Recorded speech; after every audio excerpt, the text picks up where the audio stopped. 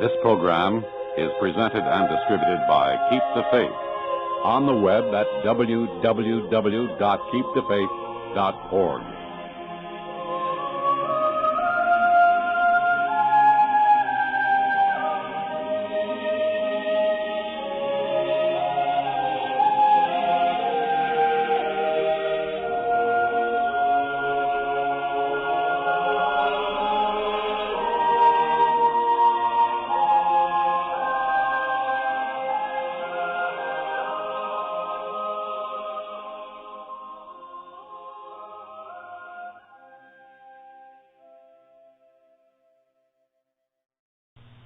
Encyclical letter, Pascendi Gregis, of our most holy Lord Pius X, by divine providence Pope, on the doctrines of the modernists. To the patriarchs, primates, archbishops, and other local ordinaries in peace and communion with the Apostolic See, Pope Pius X, venerable brethren, health and the Apostolic benediction. One of the primary obligations assigned by Christ to the office divinely committed to us of feeding the Lord's flock is that of guarding with the greatest vigilance the deposit of the faith delivered to the saints, rejecting the profane novelties of words and the gainsaying of knowledge falsely so called. There has never been a time when this watchfulness of the supreme pastor was not necessary to the Catholic body. For owing to the efforts of the enemy of the human race, there have never been lacking, to quote St. Paul, men speaking perverse things, vain talkers and seducers, erring and driving into error. It must, however, be confessed that these latter days have witnessed a notable increase in the number of the enemies of the cross of Christ, who, by arts entirely new and full of deceit, are striving to destroy the vital energy of the Church, and as far as in them lies, utterly to subvert the very kingdom of Christ. Wherefore, we may no longer keep silence, lest we should seem to fail in our most sacred duty, and lest the kindness that in the hope of wiser counsels we have hitherto shown them should be set down to lack of diligence in the discharge of our office. Section heading, The Gravity of the Situation. That we should act without delay in this matter is made imperative especially by the fact that the partisans of error are to be sought not only among the Church's open enemies, but, what is to be most dreaded and deplored, in her very bosom, and are the more mischievous the less they keep in the open. We allude, venerable brethren, to many who belong to the Catholic laity, and, what is much more sad, to the ranks of the priesthood itself, who, animated by a false zeal for the Church, lacking the solid safeguards of philosophy and theology, nay more, thoroughly imbued with the poisonous doctrines taught by the enemies of the Church, and lost to all sense of modesty, put themselves forward as reformers of the Church, and forming more boldly into line of attack, assail all that is most sacred in the work of Christ, not sparing even the person of the divine Redeemer, whom, with sacrilegious audacity, they degrade to the condition of a simple and ordinary man. Although they express their astonishment that we should number them amongst the enemies of the Church, no one will be reasonably surprised that we should do so, if, leaving out of account the internal disposition of the soul, of which God alone is the judge, he considers their tenets, their manner of speech, and their action. Nor indeed would he be wrong in regarding them as the most pernicious of all the adversaries of the Church. For as we have said, they put into operation their designs for her undoing, not from without, but from within. Hence, the danger is present almost in the very veins and heart of the Church, whose injury is the more certain from the very fact that their knowledge of her is more intimate. Moreover, they lay the axe not to the branches and shoots, but to the very root, that is, to the faith and its deepest fibers. And once having struck at this root of immortality, they proceed to diffuse poison through the whole tree, so that there is no part of Catholic truth which they leave untouched, none that they do not strive to corrupt. Further, none is more skillful, none more astute than they in the employment of 1,000 noxious devices. for they play the double part of rationalist and Catholic, and this so craftily that they easily lead the unwary into error. And as audacity is their chief characteristic, there is no conclusion of any kind from which they shrink, or which they do not thrust forward with pertinacity and assurance. To this must be added the fact, which indeed is well calculated to deceive souls, that they lead lives of the greatest activity, of assiduous and ardent application to every branch of learning, and that they possess, as a rule, a reputation for irreproachable morality. Finally, there is the fact, which is all but fatal to the hope of cure, that the very doctrines have given such a bent to their minds that they disdain all authority and brook no restraint. And relying upon a false conscience, they attempt to ascribe to a love of truth that which is in reality the result of pride and obstinacy.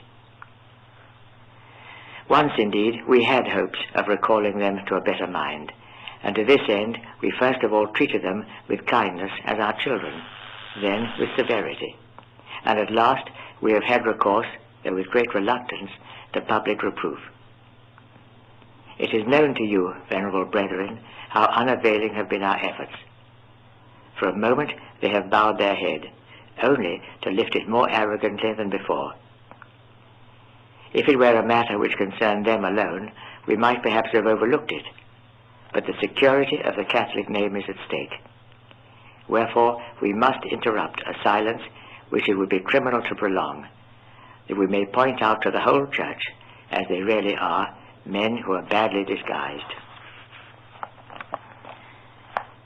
Section heading, The Division of the Encyclical. It is one of the cleverest devices of the modernists, as they are commonly and rightly called, to present their doctrines without order and systematic arrangement, in a scattered and disjointed manner, so as to make it appear as if their minds were in doubt or hesitation, whereas in reality they are quite fixed and steadfast. For this reason, it will be of advantage, venerable brethren, to bring their teachings together here into one group, and to point out their interconnection, and thus to pass to an examination of the sources of the errors, and to prescribe remedies for averting the evil results. Part 1. Analysis of modernist teaching. To proceed in an orderly manner in this somewhat abstruse subject, it must first of all be noted that the modernist sustains and includes within himself a manifold personality. He is a philosopher, a believer, a theologian, an historian, a critic, an apologist, a reformer. These roles must be clearly distinguished one from the other by all who would accurately understand their system and thoroughly grasp the principles and the outcome of their doctrines. Section heading, Agnosticism, its philosophical foundation. We begin then with the philosopher. Modernists place the foundations of religious philosophy in that doctrine which is commonly called agnosticism. According to this teaching, human reason is confined entirely within the field of phenomena, that is to say, to things that appear, and in the manner in which they appear. It has neither the right nor the power to overstep these limits. Hence, it is incapable of lifting itself up to God, and of recognizing his existence even by means of visible things. From this it is inferred that God can never be the direct object of science, and that as regards history, he must not be considered as an historical subject. Given these premises, everyone will at once perceive what becomes of natural theology, of the motives of credibility, of external revelation. The modernists simply sweep them entirely aside. They include them in intellectualism, which they denounce as a system which is ridiculous and long since defunct.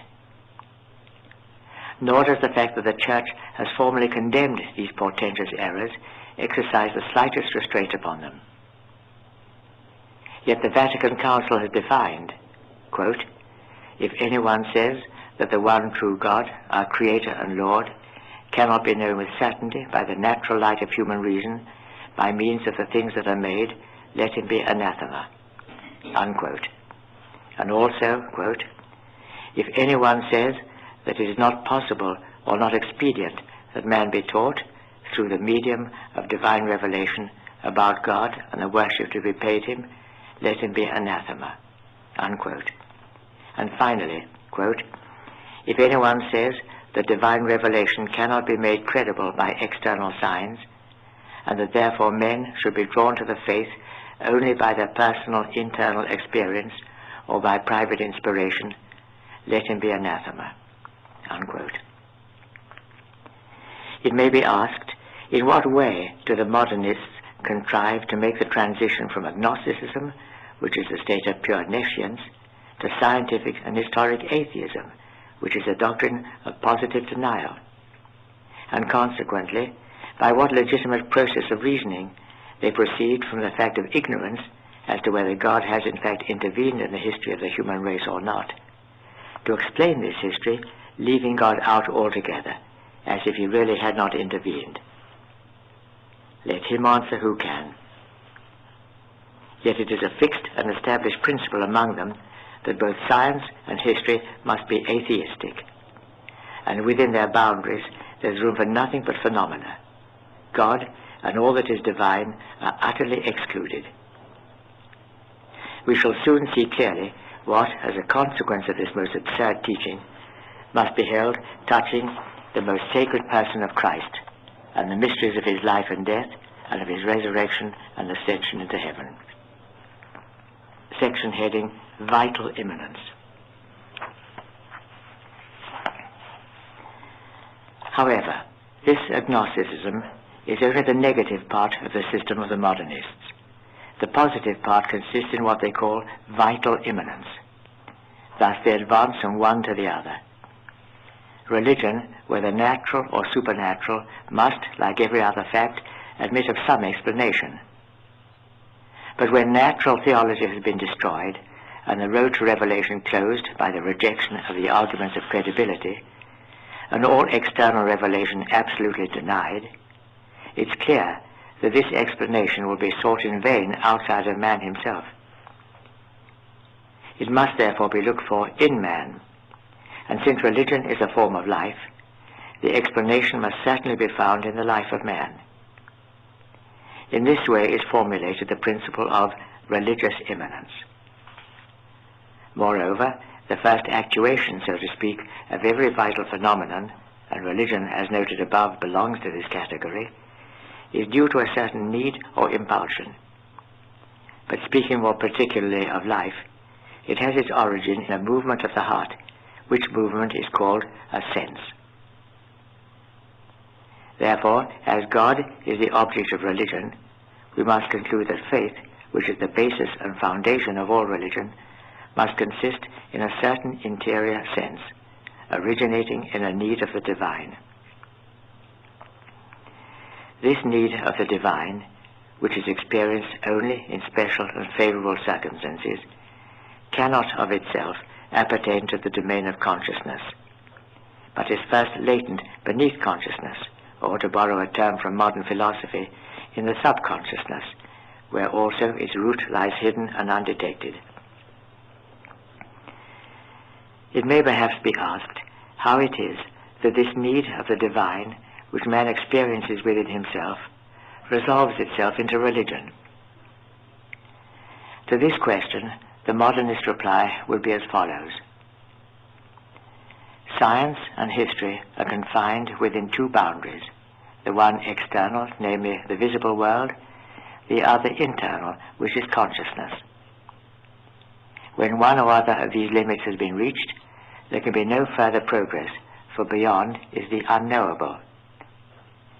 In presence of this unknowable, whether it's outside man and beyond the visible world of nature, or lies hidden within the subconsciousness, the need of the divine inner soul, which is prone to religion, excites, according to the principles of fideism, without any previous advertence of the mind, excites a certain special sense, and this sense possesses, implied within itself, both as its own object and as its intrinsic cause, the divine reality itself, and in a way unites man with God.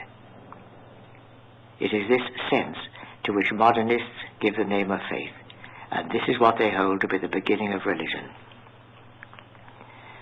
But we have not yet reached the end of their philosophizing, or, to speak more accurately, of their folly. Modernists find in this sense not only faith, but in and with faith, as they understand it, they affirm that there is also to be found revelation.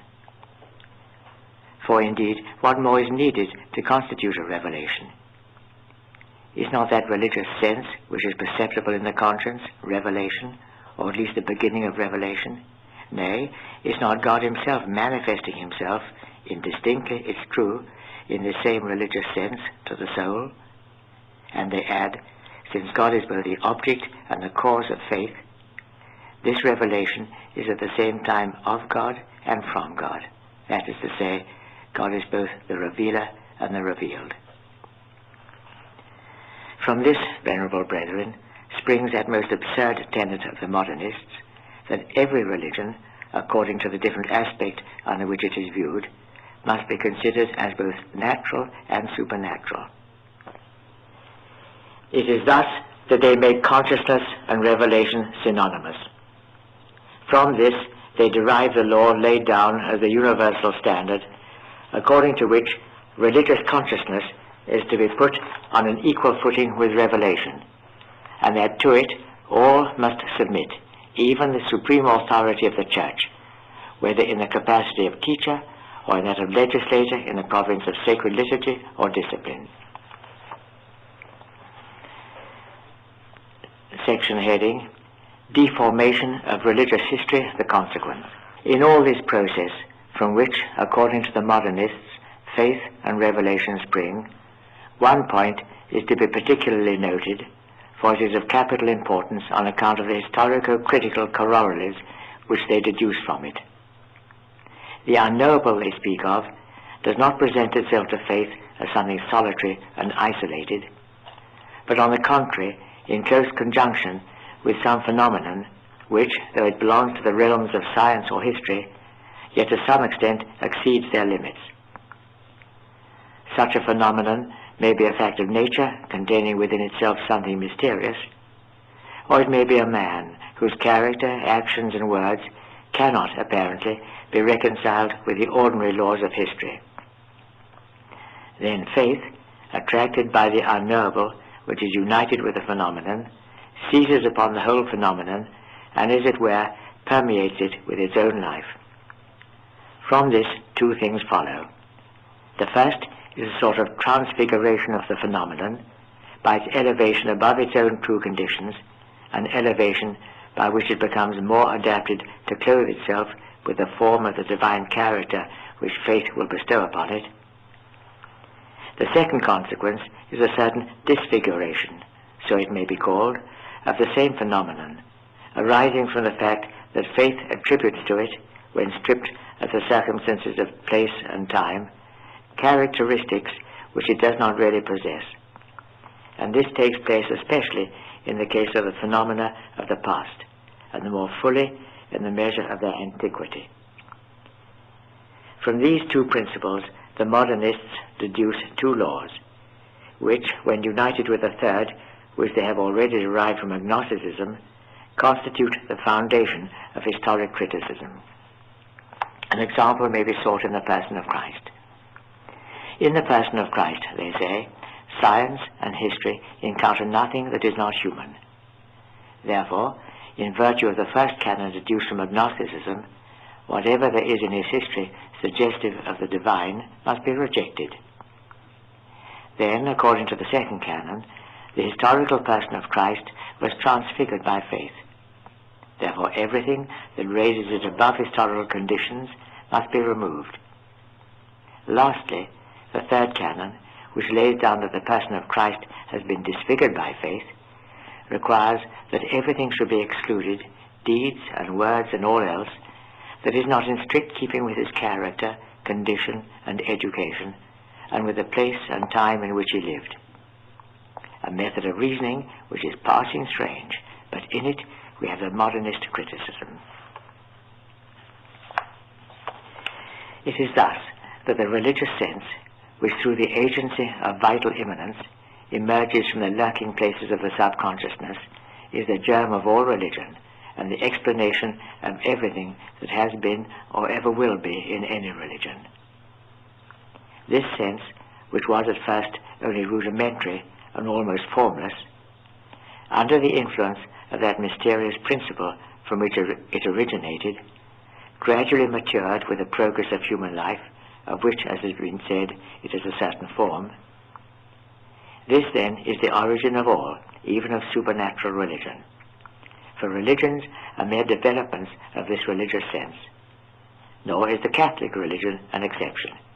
It's quite on a level with the rest. For it was engendered by the process of vital immanence, and by no other way, in the consciousness of Christ, who is a man of the choicest nature, whose like has never been nor will be. In hearing these things, we shudder indeed at so great an audacity of assertion and so great a sacrilege. And yet, venerable brethren, these are not merely the foolish babblings of unbelievers. There are Catholics, yea, and priests too, who say these things openly, and they boast that they're going to reform the church by these ravings. The question is no longer one of the old era which claimed for human nature a sort of right to the supernatural. It's gone far beyond that, and has reached the point where it is affirmed that our most holy religion, in the man Christ as in us, emanated from nature spontaneously and of itself. Nothing assuredly could be more utterly destructive of the whole supernatural order. For this reason, the Vatican Council most justly decreed, quote, "If anyone says that man cannot be raised by God to a knowledge and perfection which surpasses nature, but that he can and should, by his own efforts and by constant development, attain finally to the possession of all truth and good, let him be anathema." Unquote. Section heading: The Origin of Dogmas. So far, venerable brethren, there has been no mention of the intellect. It also, according to the teaching of the modernists, has its part in the act of faith, and it is of importance to see how. In that sense of which we have frequently spoken, since sense is not knowledge, they say God indeed presents himself to man, but in a manner so confused and indistinct that he can hardly be perceived by the believer. It is therefore necessary that a certain light should be cast upon this sense, so that God may clearly stand out in relief and be set apart from it. This is the task of the intellect, whose office it is to reflect and to analyze. And by means of it, man first transforms into mental pictures the vital phenomena which arise within him, and then expresses them in words. Hence the common saying of the modernists, that the religious man must think his faith.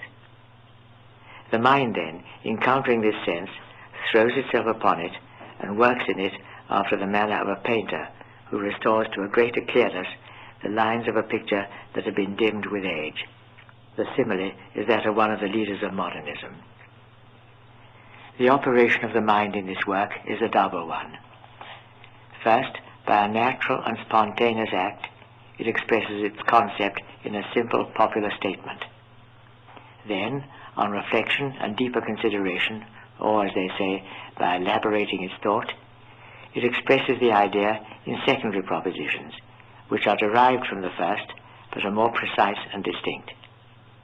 These secondary propositions, if they finally receive the approval of the Supreme Magisterium of the Church, constitute dogma. We have thus reached one of the principal points in the modernist system, namely the origin and the nature of dogma. For they place the origin of dogma in those primitive and simple formulae which, under a certain aspect, are necessary to faith. For revelation to be truly such requires the clear knowledge of God in the consciousness. But dogma itself, they apparently hold, strictly consists in the secondary formulae. To ascertain the nature of dogma, we must first find the relation which exists between the religious formulas and the religious sense. This will be readily perceived by anyone who holds that these formulas have no other purpose than to furnish the believer with a means of giving to himself an account of his faith. These formulas, therefore, stand midway between the believer and his faith. In their relation to the faith, they are the inadequate expression of its object and are usually called symbols. In their relation to the believer, they are mere instruments. Section heading is evolution. Hence, it is quite impossible to maintain that they absolutely contain the truth, for insofar as they are symbols, they are images of truth, and so must be adapted to the religious sense in its relation to man. And as instruments, they are the vehicles of truth, and must therefore in their turn be adapted to man in his relation to the religious sense. But the object of the religious sense, as something contained in the absolute, possesses an infinite variety of aspects, of which now one, now another may present itself. In like manner, he who believes can avail himself of varying conditions. Consequently, the formula which we call dogma must be subject to these vicissitudes, and are therefore liable to change. Thus the way is opened to the intrinsic evolution of dogma. Here we have an immense structure of sophisms which ruin and wreck all religion. Dogma is not only able, but ought to evolve and to be changed. This is strongly affirmed by the modernists and clearly flows from their principles. For amongst the chief points in their teaching is the following, which they deduce from the principle of vital immanence, namely, that religious formulas, if they are to be really religious, and not merely intellectual speculations, ought to be living and to live the life of the religious sense. This is not to be understood to mean that these formulas, especially if merely imaginative, were to be invented for the religious sense. Their origin matters nothing, any more than their number or quality.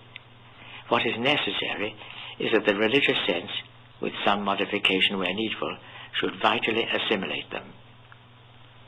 In other words, it is necessary that the primitive formula be accepted and sanctioned by the heart, and similarly, the subsequent work from which are brought forth the secondary formulas must proceed under the guidance of the heart. Hence it comes that these formulas, in order to be living, should be and should remain adapted to the faith and to him who believes. Wherefore, if for any reason this adaptation should cease to exist, they lose their first meaning and accordingly need to be changed. In view of the fact that the character and lot of dogmatic formulas are so unstable, it is no wonder that modernists should regard them so lightly and in such open disrespect, and have no consideration or praise for anything but the religious sense and for the religious life. In this way, with consummate audacity, they criticize the Church as having strayed from the true path by failing to distinguish between the religious and moral sense of formulas and their surface meaning, and by clinging vainly and tenaciously to meaningless formulas, while religion itself is allowed to go to ruin. Blind they are, and leaders of the blind, puffed up with the proud name of science. They reach that pitch of folly at which they pervert the eternal concept of truth and the true meaning of religion. In introducing a new system in which they are seen to be under the sway of a blind and unchecked passion for novelty, thinking not at all of finding some solid foundation of truth, but despising the holy and apostolic tradition, they embrace other and vain, futile, uncertain doctrines, unapproved by the Church, on which, in the height of their vanity, they think they can base and maintain truth itself. That last bit was a quote from Pope Gregory XVI, 1834. Section heading, The Modernist as Believer, Individual Experience and Religious Certitude. Thus far, venerable brethren, we have considered the modernist as a philosopher. Now, if we proceed to consider him as a believer, and seek to know how the believer, according to modernism, is marked off from the philosopher, it must be observed that although the philosopher recognizes the reality of the divine as the object of faith, still this reality is not to be found by him but in the heart of the believer, as an object of feeling and affirmation, and therefore confined within the sphere of phenomena. But the question as to whether in itself it exists outside that feeling and affirmation is one which the philosopher passes over and neglects. For the modernist believer, on the contrary, is an established and certain fact that the reality of the divine does really exist in itself and quite independently of the person who believes in it. If you ask on what foundation this assertion of the believer rests, he answers, in the personal experience of the individual. On this head, the modernists differ from the rationalists only to fall into the views of the Protestants and pseudo-mystics. The following is their manner of stating the question. In the religious sense, one must recognize a kind of intuition of the heart, which puts man in immediate contact with the reality of God, and infuses such a persuasion of God's existence and his action both within and without man as far to exceed any scientific conviction. They assert, therefore, the existence of a real experience, and one of a kind that surpasses all rational experience. If this experience is denied by some, like the rationalists, they say that this arises from the fact that such persons are unwilling to put themselves in the moral state necessary to produce it. It is this experience which makes the person who acquires it to be properly and truly a believer. How far this position is removed from that of Catholic teaching. We have already seen how its fallacies have been condemned by the Vatican Council. Later on, we shall see how these errors, combined with those which we have already mentioned, open wide the way to atheism. Here it is well to note at once that given this doctrine of experience, united with that of symbolism, every religion, even that of paganism, must be held to be true. What is to prevent such experiences from being found in any religion? In fact, that they are so is maintained by not a few. On what grounds can modernists deny the truth of an experience affirmed by a follower of Islam? Will they claim a monopoly of true experiences for Catholics alone? Indeed, modernists do not deny, but actually maintain, some confusedly, others frankly, that all religions are true. That they cannot feel otherwise is obvious. For on what ground, according to their theories, could falsity be predicated of any religion whatsoever? Certainly, it would be either on account of the falsity of the religious sense or on account of the falsity of the formula pronounced by the mind. Now, the religious sense, although it may be more perfect or less perfect, is always one and the same. And the intellectual formula, in order to be true, has but to respond to the religious sense and to the believer, whatever be the intellectual capacity of the latter. In the conflict between different religions, the most that modernists can maintain is that the Catholic has more truth because it is more vivid, and that it deserves with more reason the name of Christian because it corresponds more fully with the origins of Christianity. No one will find it unreasonable that these consequences flow from the premises. But what is most amazing is that there are Catholics and priests who, we would fain believe, abhor such enormities and yet act as if they fully approved of them. For they lavish such praise and bestow such public honor on the teachers of these errors as to convey the belief that their admiration is not meant merely for the persons, who are perhaps not devoid of a certain merit, but rather for the sake of the errors which these persons openly profess and which they do all in their power to propagate. Section heading, Religious Experience and Tradition. There is yet another element in this part of their teaching which is absolutely contrary to Catholic truth. For what is laid down as to experience is also applied with destructive effect to tradition, which has always been maintained by the Catholic Church. Tradition, as understood by the modernists, is a communication with others of an original experience, through preaching by means of the intellectual formula.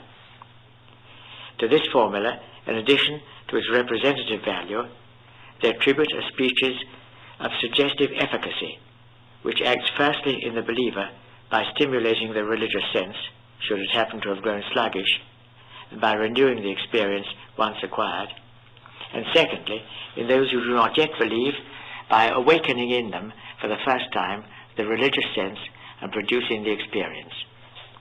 In this way is religious experience spread abroad among the nations, and not merely among contemporaries by preaching, but among future generations both by books, by oral transmission from one to another.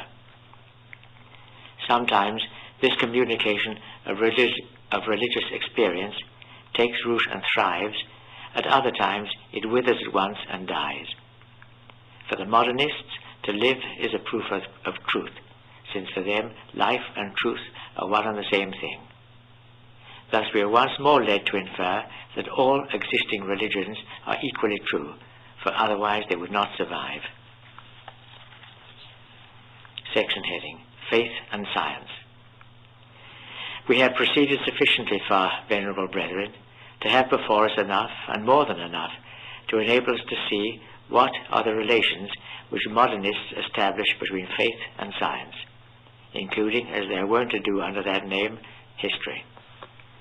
And in the first place, it is to be held that the object matter of the one is quite extraneous to and separate from the object matter of the other. For faith occupies itself solely with something which science declares to be for it unknowable. Hence each has a separate scope assigned to it. Science is entirely concerned with phenomena into which faith does not at all enter. Faith, on the contrary, concerns itself with the divine, which is entirely unknown to science. Thus it is contended that there can never be any dissension between faith and science. For if each keeps on its own ground, they can never meet, and therefore never can be in contradiction. And if it be objected that in the visible world there are some things which appertain to faith, such as the human life of Christ, the modernists reply by denying this. For though such things come within the category of phenomena, still, in as far as they are lived by faith, and in the way already described have been by faith transfigured and disfigured, they have been removed from the world of sense and transferred into material for the divine. Hence, should it be further asked whether Christ has wrought real miracles and made real prophecies, whether he rose truly from the dead and ascended into heaven, the answer of agnostic science will be in the negative, and the answer of faith in the affirmative. Yet there will not be on that account any conflict between them. For it will be denied by the philosopher, as a philosopher speaking to philosophers, and considering Christ only in historical reality, and it will be affirmed by the believer as a believer speaking to believers, and considering the life of Christ as lived again by the faith and in the faith. Section heading: Faith subject to science. It would be a great mistake, nevertheless, to suppose that according to these theories, one is allowed to believe that faith and science are entirely independent of each other. On the side of science, that is indeed quite true and correct, but it is quite otherwise with regard to faith, which is subject to science, not on one, but on three grounds. For in the first place, it must be observed that in every religious fact, when one takes away the divine reality and the experience of it which the believer possesses, everything else, and especially the religious formulas, belongs to the sphere of phenomena, and therefore falls under the control of science. Let the believer go out of the world if he will, but so long as he remains in it, whether he like it or not, he cannot escape from the laws, the observation, the judgments of science and of history. Further, although it is contended that God is the object of faith alone, the statement refers only to the divine reality, not to the idea of God. The latter also is subject to science, which, while it philosophizes in what is called the logical order, soars also to the absolute and the ideal. It is therefore the right of philosophy and of science to form its knowledge concerning the idea of God, to direct it in its evolution, and to purify it of any extraneous elements which may have entered into it. Hence we have the modernist axiom that the religious evolution ought to be brought into accord with the moral and intellectual, or, as one whom they regard as their leader has expressed it, ought to be subject to it. Finally, man does not suffer a dualism to exist in himself, and the believer therefore feels within him an impelling need so to harmonize faith with science that it may never oppose the general conception which science sets forth concerning the universe. Thus, it is evident that science is to be entirely independent of faith, while on the other hand, and notwithstanding that they are supposed to be strangers to each other, faith is made subject to science. All this, venerable brothers, is in formal opposition to the teachings of our predecessor, Pius IX, where he lays it down that, quote, "In matters of religion, it is the duty of philosophy not to command but to serve, not to prescribe what is to be believed, but to embrace what is to be believed with reasonable obedience, not to scrutinize the depths of the mysteries of God, but to venerate them devoutly and humbly." Unquote. The modernists completely invert the parts, and to them may be applied the words which another of our predecessors, Gregory IX, addressed to some theologians of his time, quote, "Some among you, puffed up like bladders with a spirit of vanity, strive by profane novelties to cross the boundaries fixed by the fathers, twisting the meaning of the sacred text to the philosophical teaching of the rationalists, not for the profit of their hearer, but to make a show of science. These men, led away by various and strange doctrines, turn the head into the tail and force the queen to serve the handmaid." Unquote. Section heading, The Methods of Modernists. This will appear more clearly to anybody who studies the conduct of modernists, which is in perfect harmony with their teachings. In their writings and addresses, they seem not infrequently to advocate doctrines which are contrary one to the other, so that one would be disposed to regard their attitude as double and doubtful. But this is done deliberately and advisedly, and the reason of it is to be found in their opinion as to the mutual separation of science and faith. Thus in their books one finds some things which might well be approved by a Catholic, but on turning over the page one is confronted by other things which might well have been dictated by a rationalist. When they write history, they make no mention of the divinity of Christ, but when they are in the pulpit, they profess it clearly. Again, when they are dealing with history, they take no account of the fathers and the councils, but when they catechize the people, they cite them respectfully. In the same way, they draw their distinctions between exegesis, which is theological and pastoral, and exegesis, which is scientific and historical. So too, when they treat of philosophy, history, and criticism, acting on the principle that science in no way depends upon faith, they feel no special horror in treading the footsteps of Luther, and are wont to display a manifold contempt for Catholic doctrines, for the Holy Fathers, for the ecumenical councils, for the ecclesiastical magisterium. And should they be taken to task for this, they complain that they are being deprived of their liberty. Lastly, maintaining the theory that faith must be subject to science, they continuously and openly rebuke the Church on the ground that she resolutely refuses to submit and accommodate her dogmas to the opinions of philosophy, while they, on their side, having for this purpose blotted out the old theology, endeavor to introduce a new theology which shall support the aberrations of philosophers.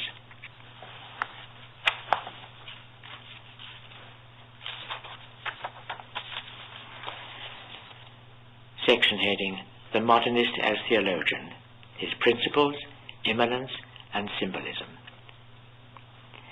At this point, venerable brethren, the way is open for us to consider the modernists in the theological arena, a difficult task, yet one that may be disposed of briefly.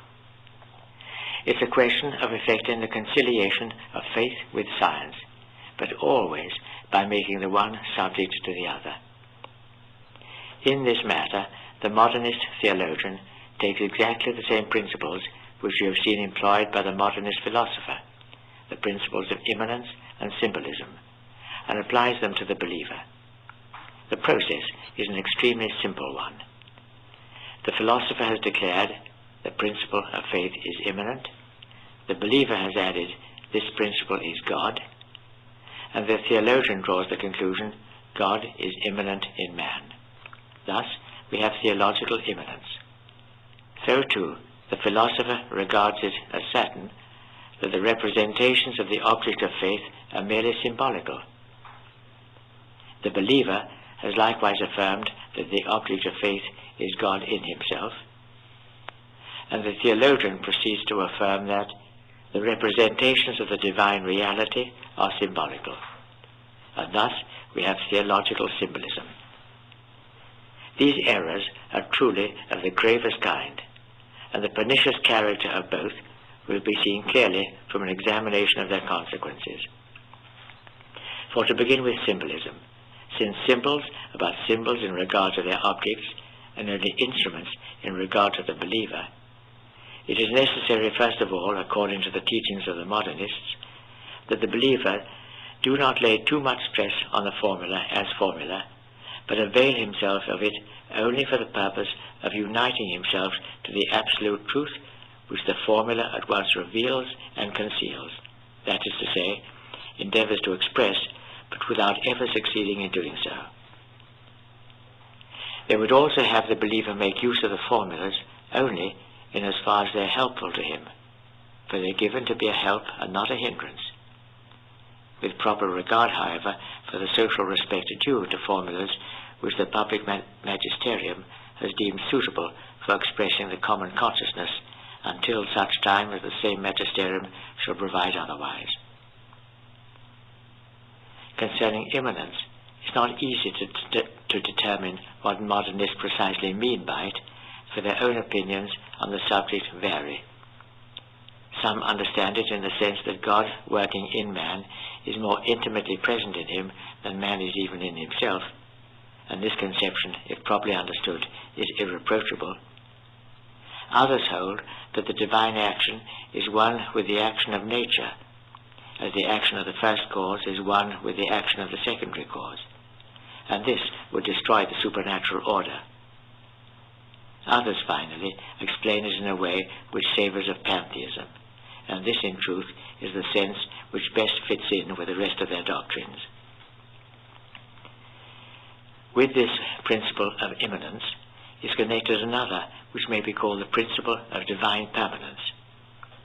It differs from the first in much the same way as the private experience differs from the experience transmitted by tradition.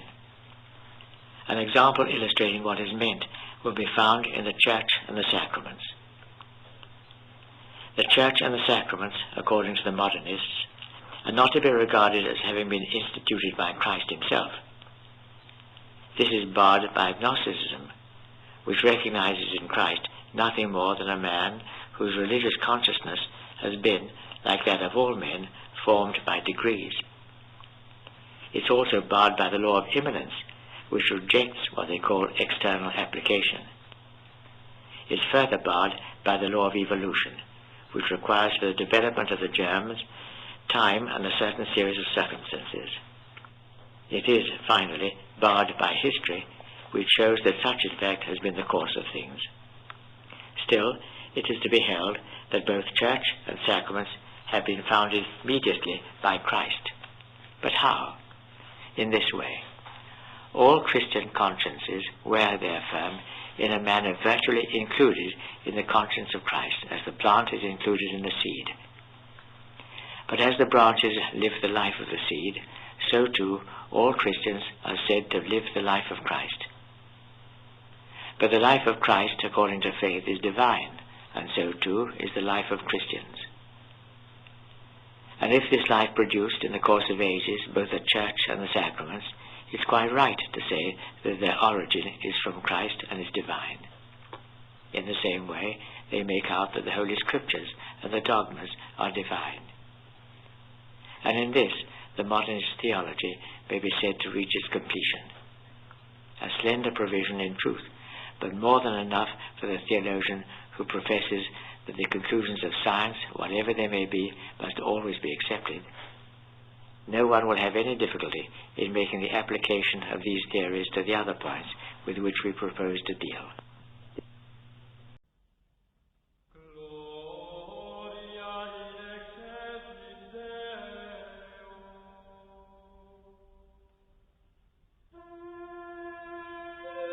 This program is presented and distributed by Keep the Faith on the web at www.keepthefaith.org.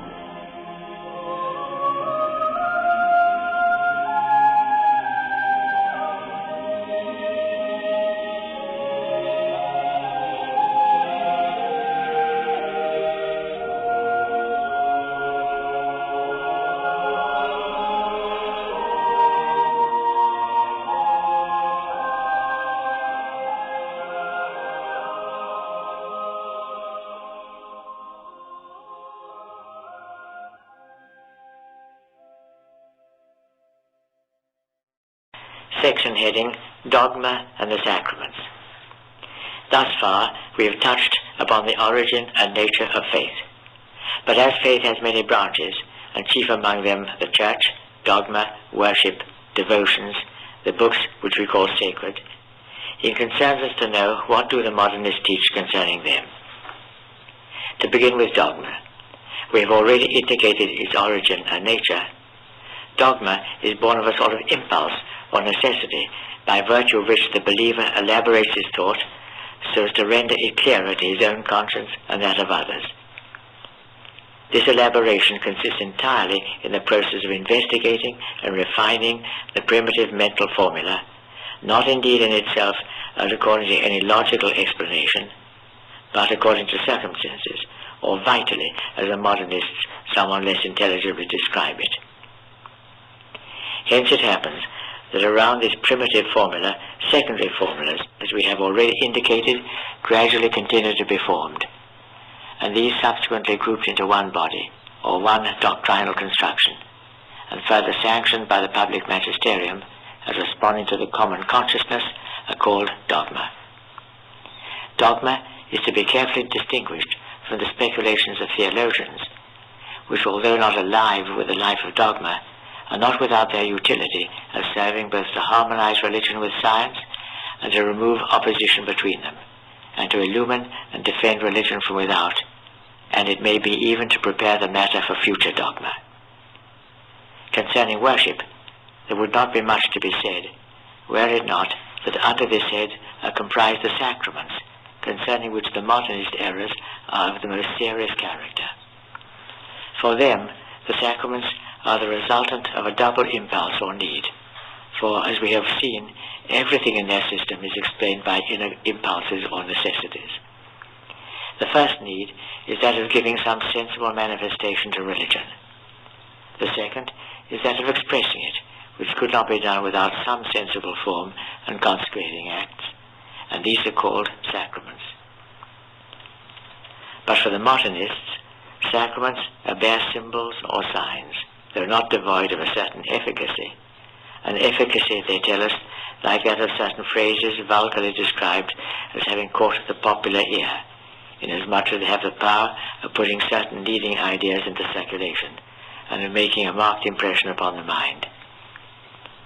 What the phrases are to the ideas, that the sacraments are to the religious sense, that and nothing more. The modernists would express their mind more clearly were they to affirm that the sacraments are instituted solely to foster the faith, but this is condemned by the Council of Trent. Quote, "If anyone say that these sacraments are instituted solely to foster the faith, let him be anathema." Unquote. Section Section heading, The Holy Scriptures.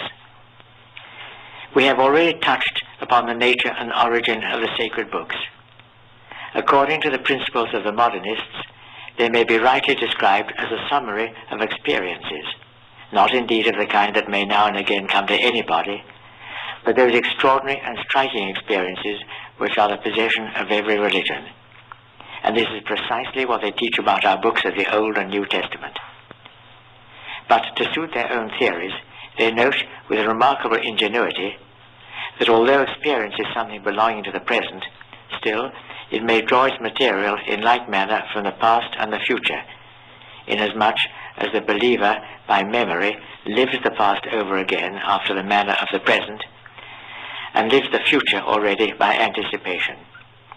This explains how it is that the historical and apocalyptic books are included among the sacred writings.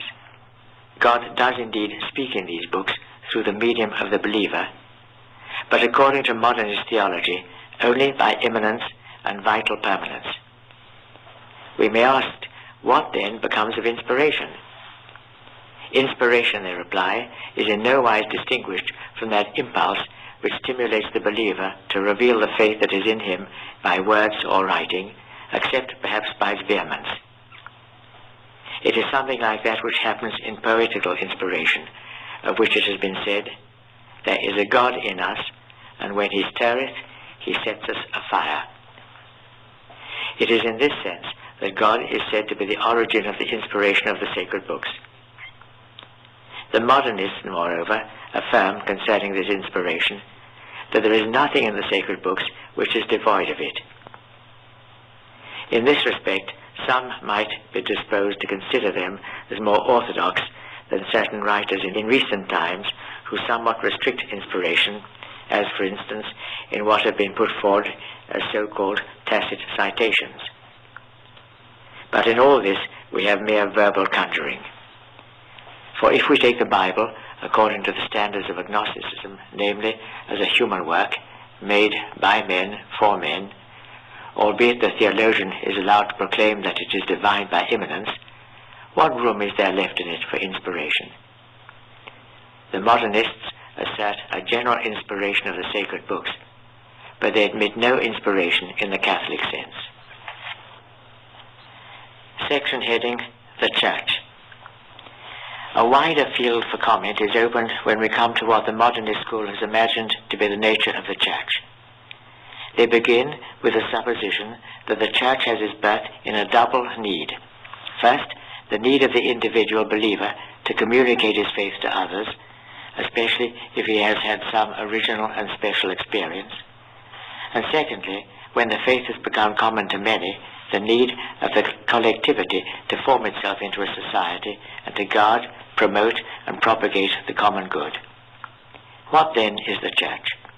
It is the product of the collective conscience, that is to say, of the association of individual consciences, which by virtue of the principle of vital permanence depend all on one first believer, who for Catholics is Christ. Now every society needs a directing authority to guide its members towards the common end, to foster prudently the elements of cohesion, which in a religious society are doctrine and worship. Hence, the triple authority in the Catholic Church: disciplinary, dogmatic, liturgical. The nature of this authority is to be gathered from its origin, and its rights and duties from its nature. In past times, it was a common error that authority came to the Church from without, that is to say, directly from God, and it was then rightly held to be autocratic. But this conception has now grown obsolete. For in the same way as the Church is a vital emanation of the collectivity of consciences, so too authority emanates vitally from the Church itself. Authority, therefore, like the Church, has its origin in the religious conscience, and that being so, is subject to it. Should it disown this dependence, it becomes a tyranny. For we are living in an age when the sense of liberty has reached its highest development. In the civil order, the public conscience has introduced popular government. Now there is in man only one conscience, just as there is only one life. It is for the ecclesiastical authority, therefore, to adopt a democratic form, unless it wishes to provoke and foment an intestine conflict in the consciences of mankind. The penalty of refusal is disaster. For it is madness to think that the sentiment of liberty, as it now obtains, can recede. Were it forcibly pent up and held in bonds, the more terrible would be its outburst, sweeping away at once both church and religion. Such is the situation in the minds of the modernists, and their one great anxiety is, in consequence, to find a way of conciliation between the authority of the church and the liberty of the believers.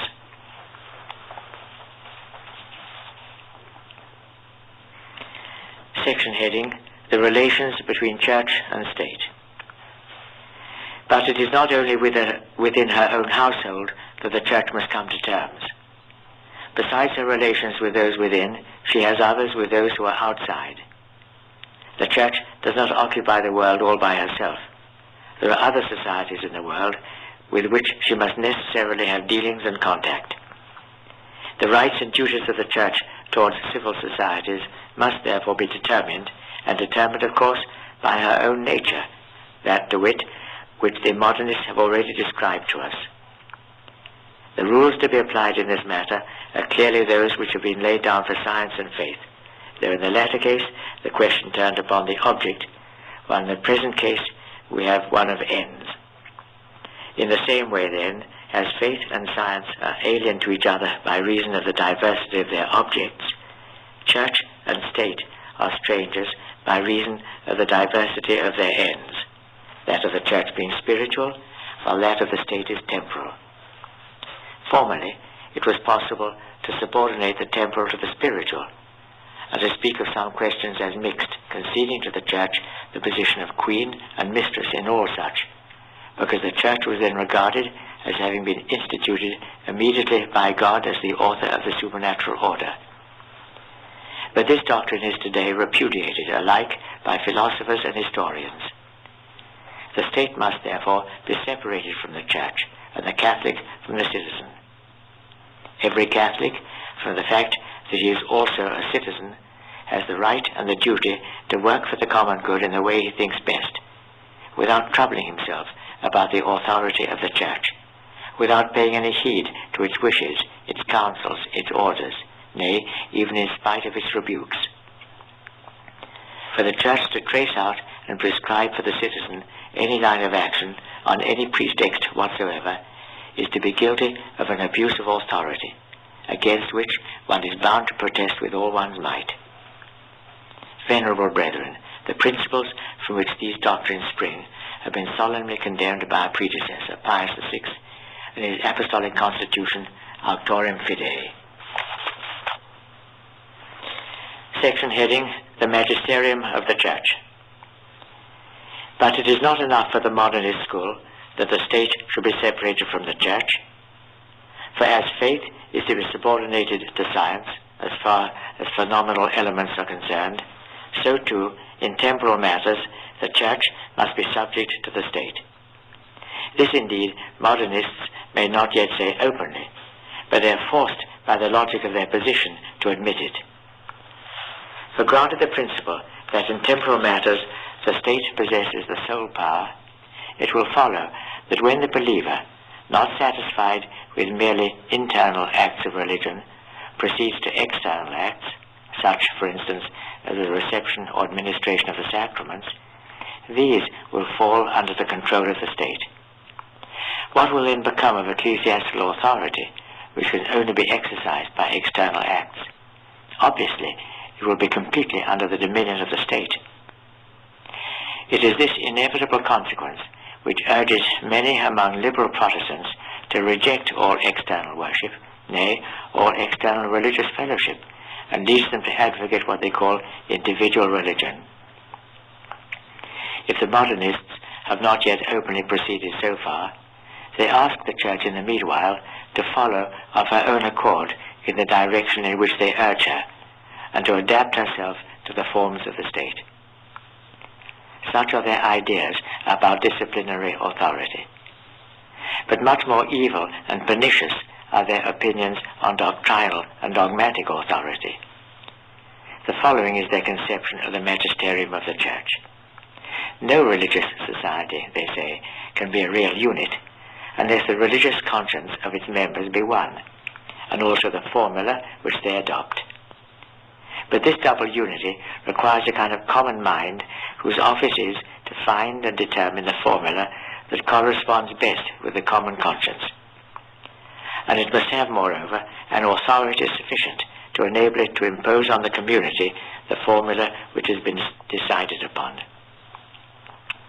From the combination and, as it were, fusion of these two elements, the common mind which draws up the formula and the authority which imposes it, arises, according to the modernists, the notion of the ecclesiastical magisterium. And as this magisterium springs in its last analysis from the individual consciences and possesses its mandate of public utility for their benefit, it necessarily follows that the ecclesiastical magisterium must be dependent upon them and should therefore be made to bow to the popular ideals.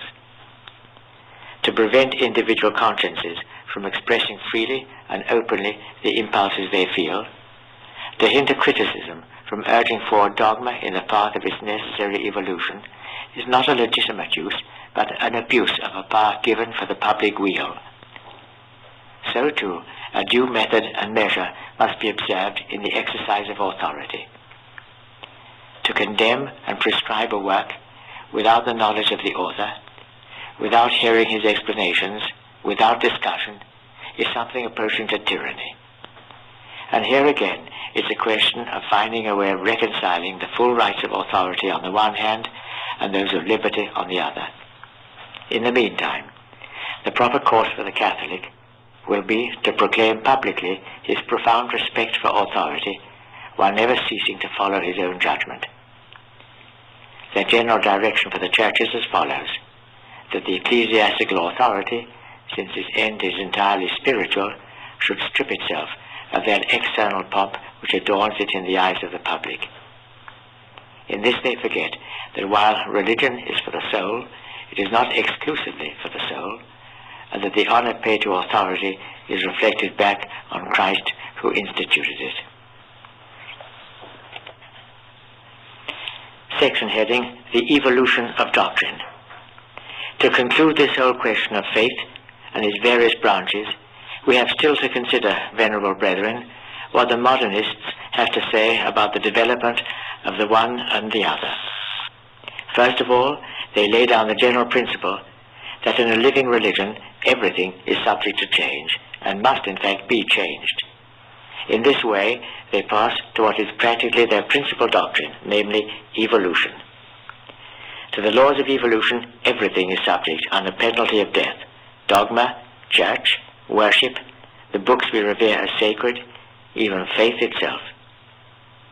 The enunciation of this principle will not be a matter of surprise to anyone who bears in mind what the modernists have had to say about each of these subjects.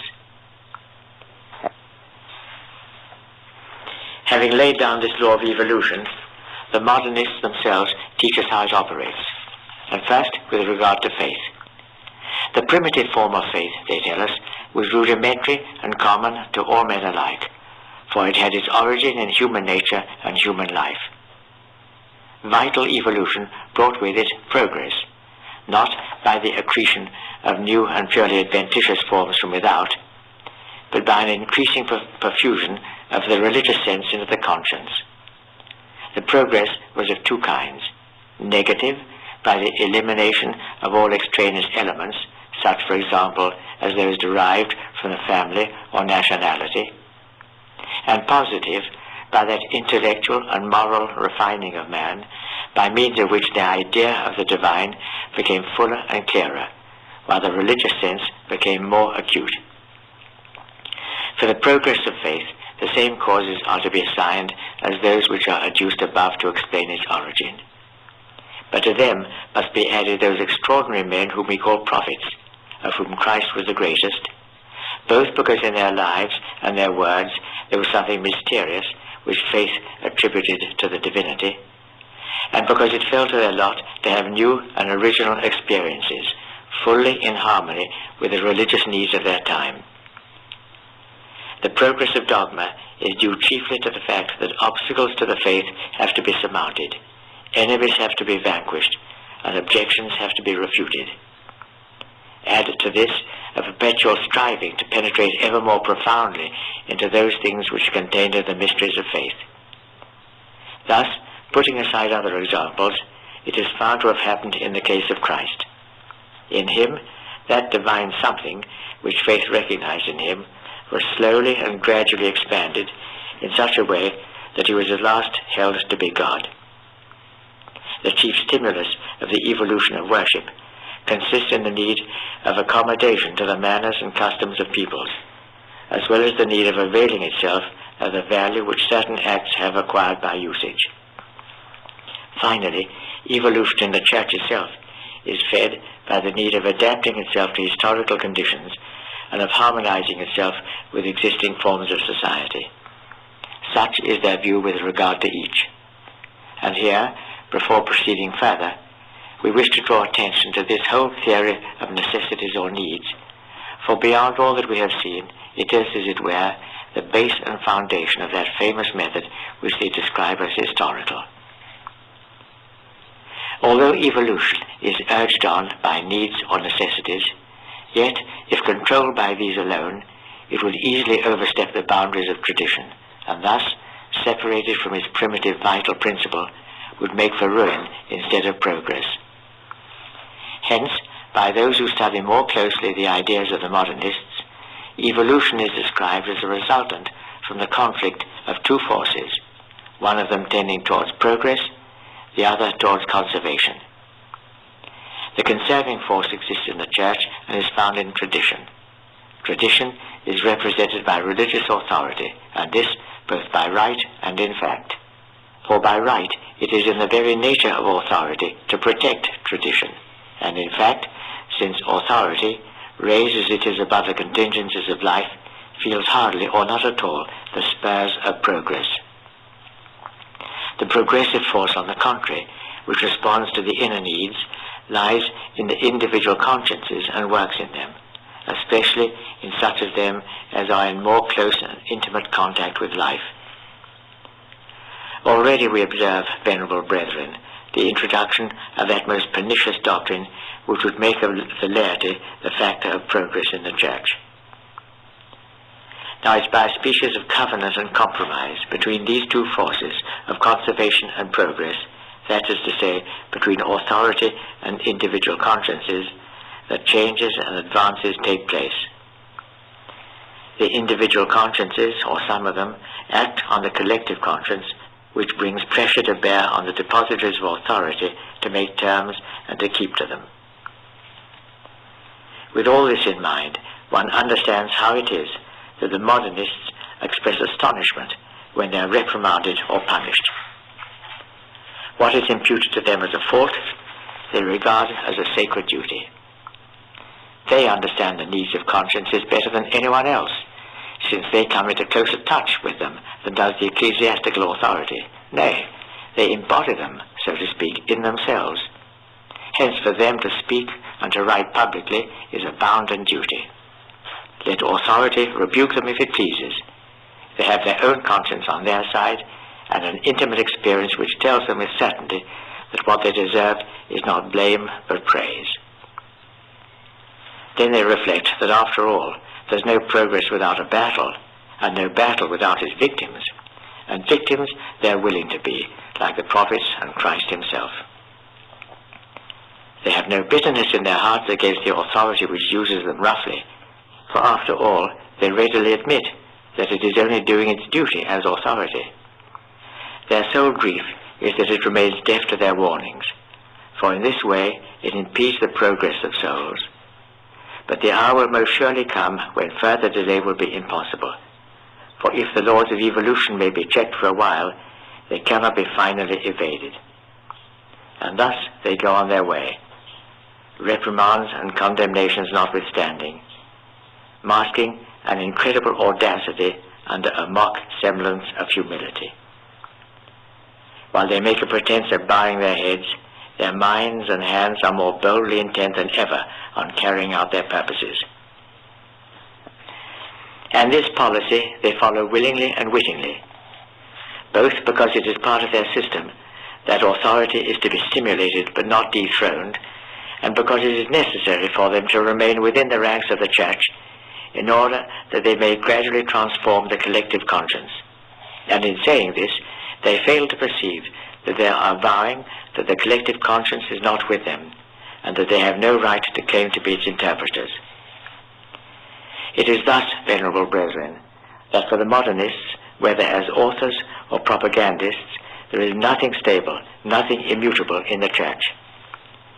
Nor indeed are they without forerunners in their doctrines, for it was of these that our predecessor Pius IX wrote, quote, "These enemies of divine revelation extol human progress to the skies, and with rash and sacrilegious daring would have it introduced into the Catholic religion, as if this religion were not the work of God but of man, or some kind of philosophical discovery susceptible of perfection by human efforts."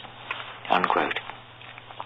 On the subject of revelation and dogma in particular, the doctrine of the modernists offers nothing new. We find it condemned in the syllabus of Pius IX, where it is enunciated in these terms, quote, "Divine revelation is imperfect, and therefore subject to continual and indefinite progress, corresponding with the progress of human reason," unquote. And condemned still more solemnly in the Vatican Council, quote, "The doctrine of the faith which God has revealed has not been proposed to human intelligences to be perfected by them as if it were a philosophical system, but as a divine deposit entrusted to the spouse of Christ to be faithfully guarded and infallibly interpreted. Hence also that sense of the sacred dogmas is to be perpetually retained which our Holy Mother the Church has once declared, nor is this sense ever to be abandoned on plea or pretext of a more profound comprehension of the truth," unquote. Nor is the development of our knowledge, even concerning the faith, barred by this pronouncement. On the contrary, it is supported and maintained. The same council continues, quote, "Let intelligence and science and wisdom, therefore, increase and progress abundantly and vigorously in individuals and in the mass, in the believer and in the whole Church, throughout the ages and the centuries, but only in its own kind, that is, according to the same dogma, the same sense, the same acceptation," unquote. Our next section heading is "The Modernist as Historian and Critic." We have studied the modernist as philosopher, believer, and theologian. It now remains for us to consider him as historian, critic, apologist, and reformer. Some modernists, devoted to historical studies, seem to be deeply anxious not to be taken for philosophers. About philosophy, they profess to know nothing whatever, and in this they display remarkable astuteness, for they are particularly desirous not to be suspected of any prepossession in favor of philosophical theories which would lay them open to the charge of not being, as they call it, objective. And yet the truth is that their history and their criticism are saturated with that philosophy, and that the historical critical conclusions are the natural outcome of their philosophical principles. This will be patent to anyone who reflects. Their first three laws are contained in those three principles of their philosophy already dealt with: the principle of agnosticism, the theorem of the transfiguration of things by faith, and that other which may be called the principle of disfiguration. Let us see what consequences flow from each of these. Agnosticism tells us that history, like science, deals entirely with phenomena, and the consequence is that God and every intervention of God in human affairs is to be relegated to the domain of faith as belonging to it alone. Wherefore, in things where there's combined a double element, the divine and the human, as for example in Christ, or the Church, or the sacraments, or the many other objects of the same kind, a division and separation must be made, and the human element must be left to history, while the divine will be assigned to faith. Hence we have that distinction, so current among the modernists, between the Christ of history and the Christ of faith, the Church of history and the Church of faith, the sacraments of history and the sacraments of faith, and so in similar matters. Next, we find that the human element itself, which the historian has to work on, as it appears in the documents, is to be considered as having been transfigured by faith, that is to say, raised above its historical conditions. It becomes necessary, therefore, to eliminate also the accretions which faith has added, to relegate them to faith itself and to the history of faith.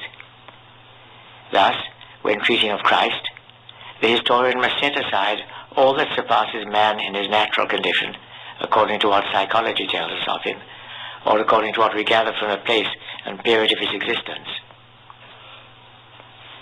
Finally, they require, by virtue of the third principle, that even those things which are not outside the sphere of history should pass through the sieve, excluding all and relegating to faith everything which in their judgment is not in harmony with what they call the logic of facts, or not in character with the persons of whom they are predicated. Thus, they will not allow that Christ ever utter those things which do not seem to be within the capacity of the multitudes that listen to him. Hence, they delete from his real history and transfer to faith all the allegories found in his discourses. We may peradventure inquire on what principle they make these divisions. Their reply is that they argue from the character of the man, from his condition of life, from his education, from the complexity of the circumstances under which the facts took place, in short, if we understand them aright, on the principle which in the last analysis is merely subjective.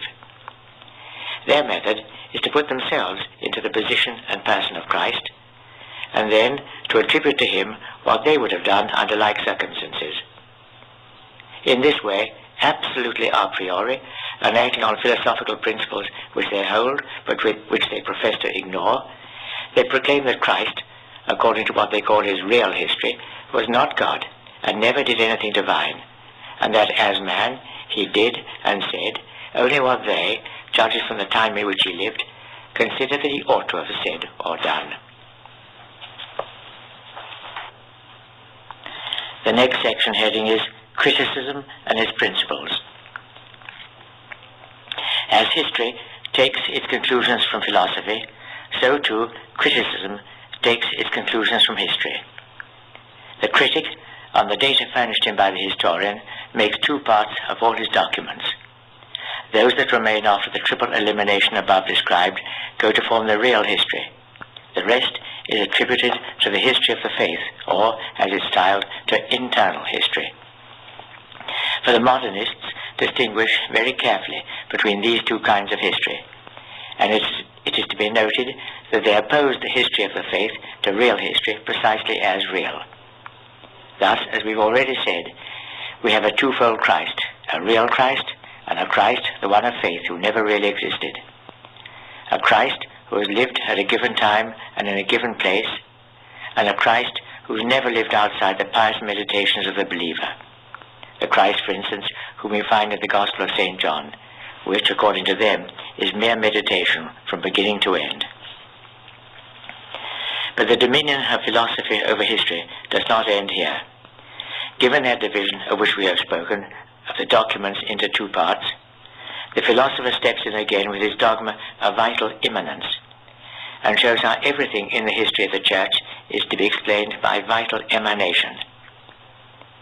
And since the cause or condition of every vital emanation whatsoever is to be found in some need or want, it follows that no fact can be regarded as antecedent to the need which produced it.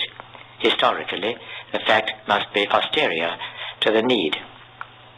What then does the historian in view of this principle?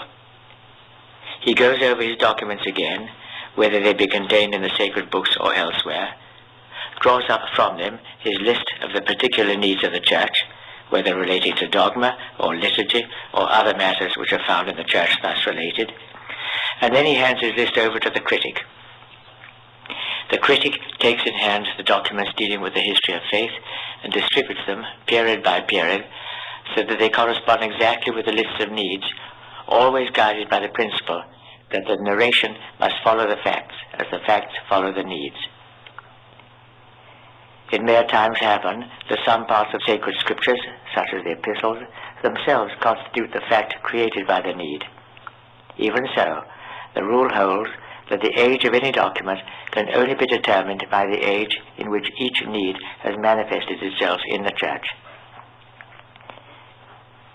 Further, a distinction must be made between the beginning of a fact and its development, for what is born in one day requires time for growth.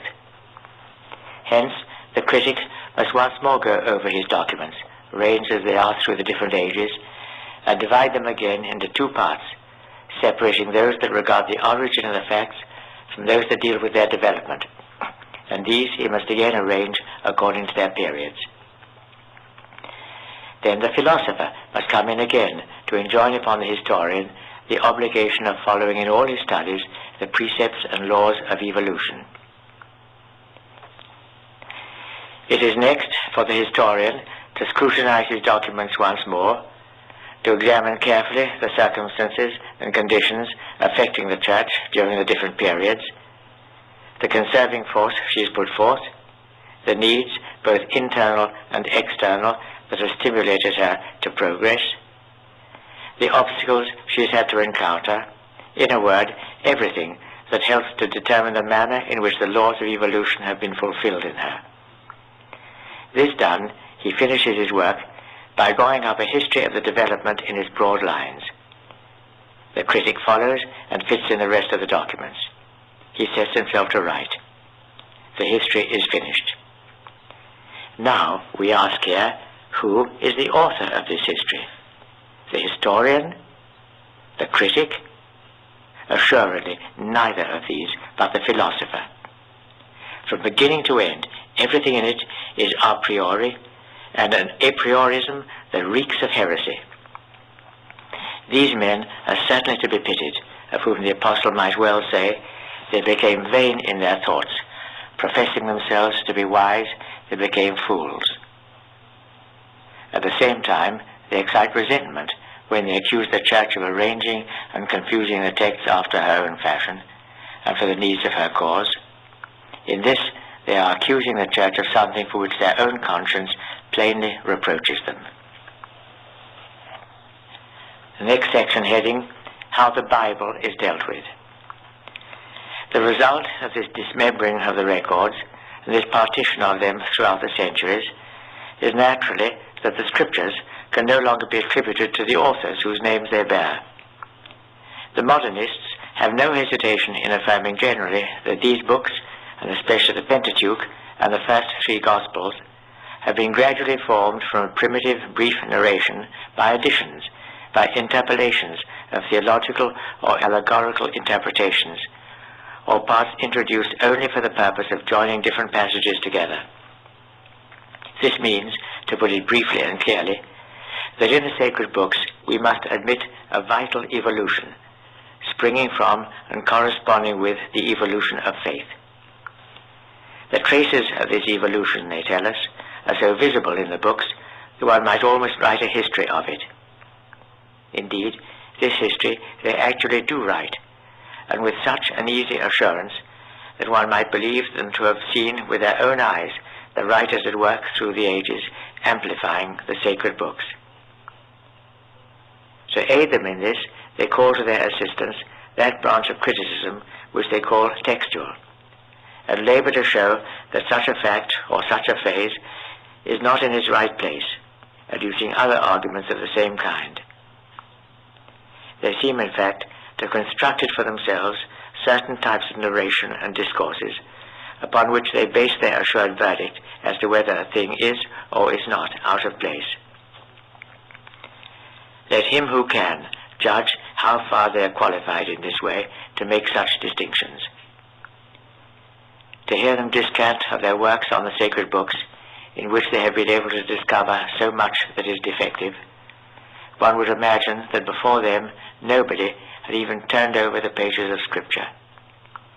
The truth is that a whole multitude of doctors, far superior to them in genius, in erudition, in sanctity, have sifted the sacred books in every way, and so far from finding in them anything blameworthy, have thanked God more and more heartily, the more deeply they've gone into them, of his divine bounty in having vouchsafed to speak thus to men.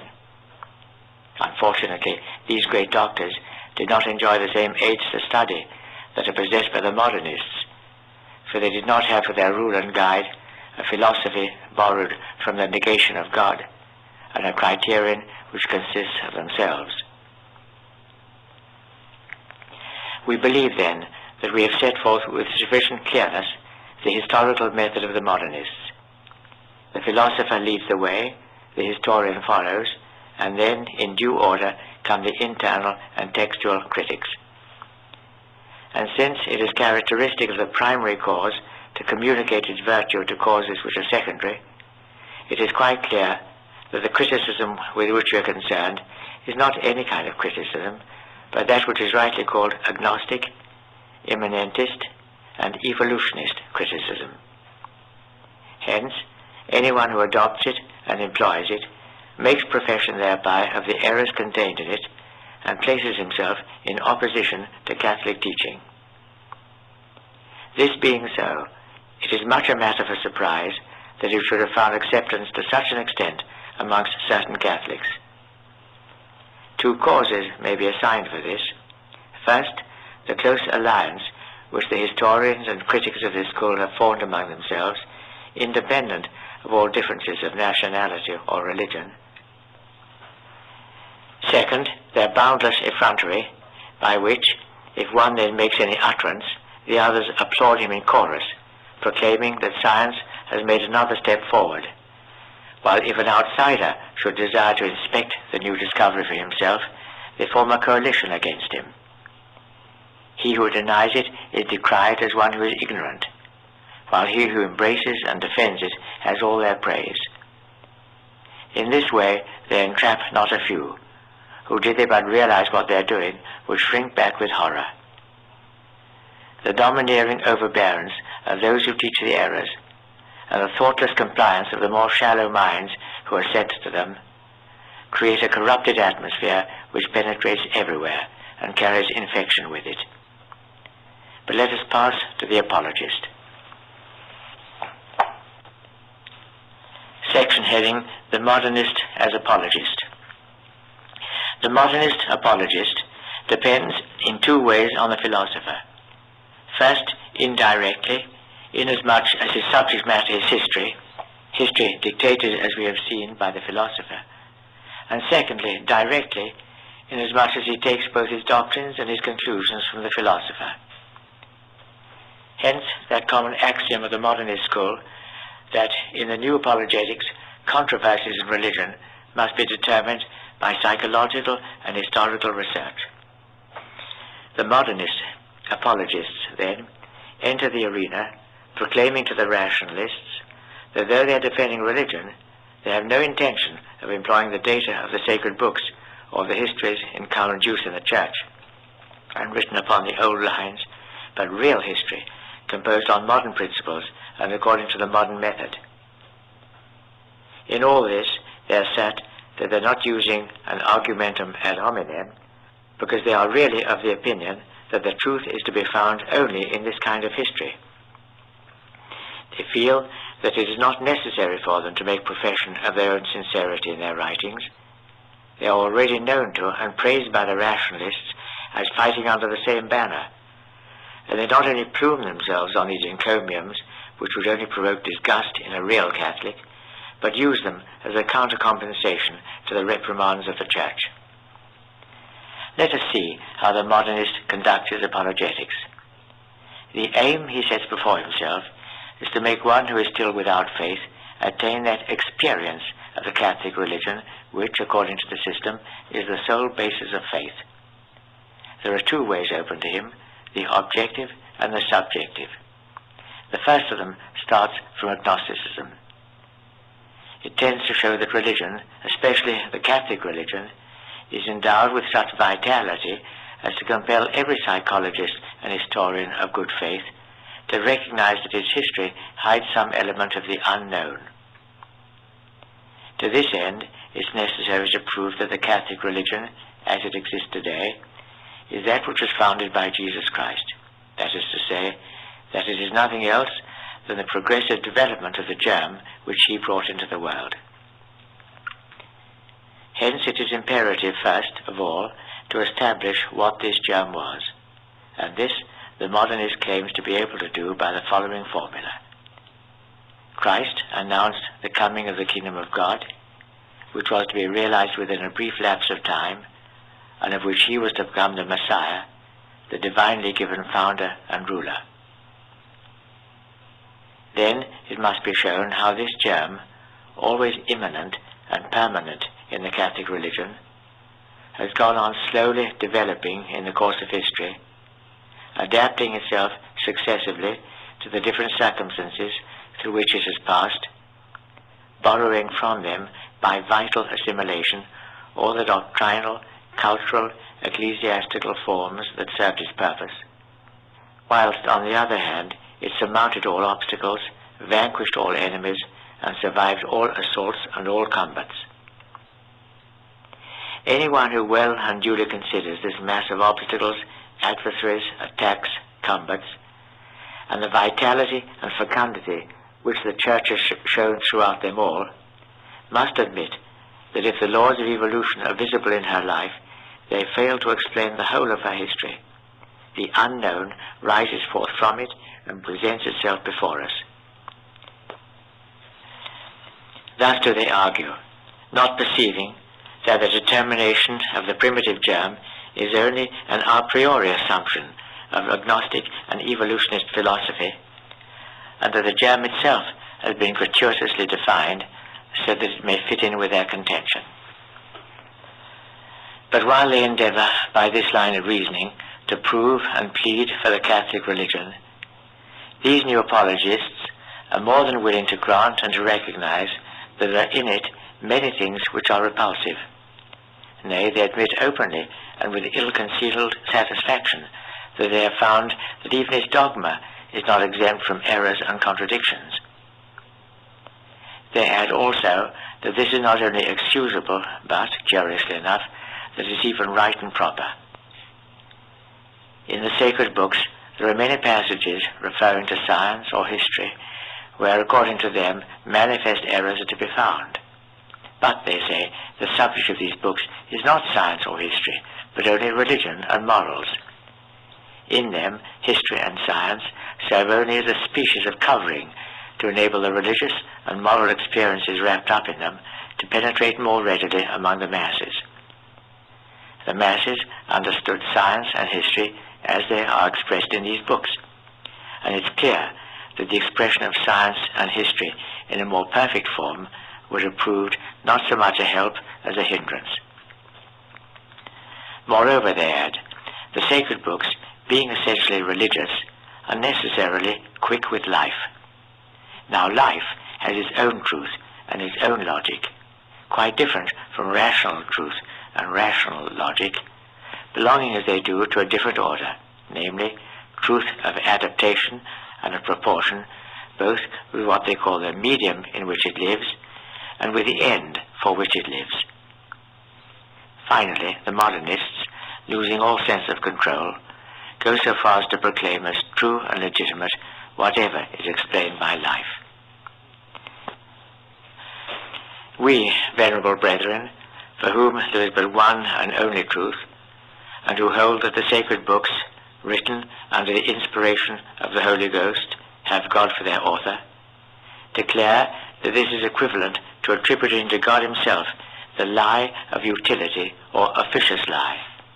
And we say with St. Augustine, in an authority so high, admit but one officious lie, and there will not remain a single passage of those apparently difficult to practice or to believe, which on the same most pernicious rule may not be explained as a lie uttered by the author willfully and to serve a purpose. And thus it will come about, the holy doctor continues, that everybody will believe and refuse to believe what he likes or dislikes in them, namely the scriptures. But the modernists pursue their way eagerly. They grant also that certain arguments adduced in the sacred books in proof of a given doctrine, like those, for example, which are based on the prophecies, have no rational foundation to rest on. But they defend even these as artifices of preaching, which are justified by life.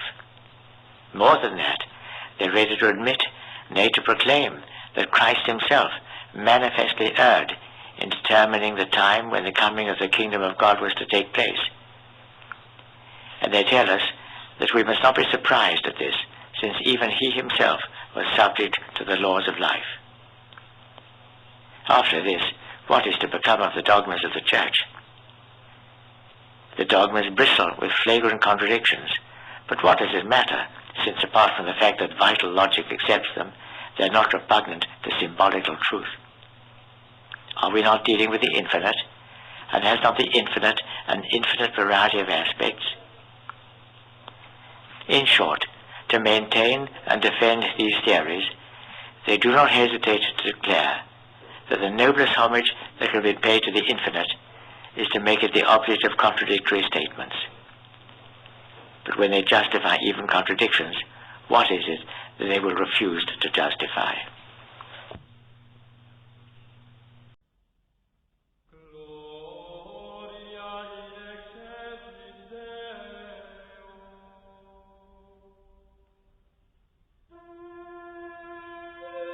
This program is presented and distributed by Keep the Faith on the web at www.keepthefaith.org.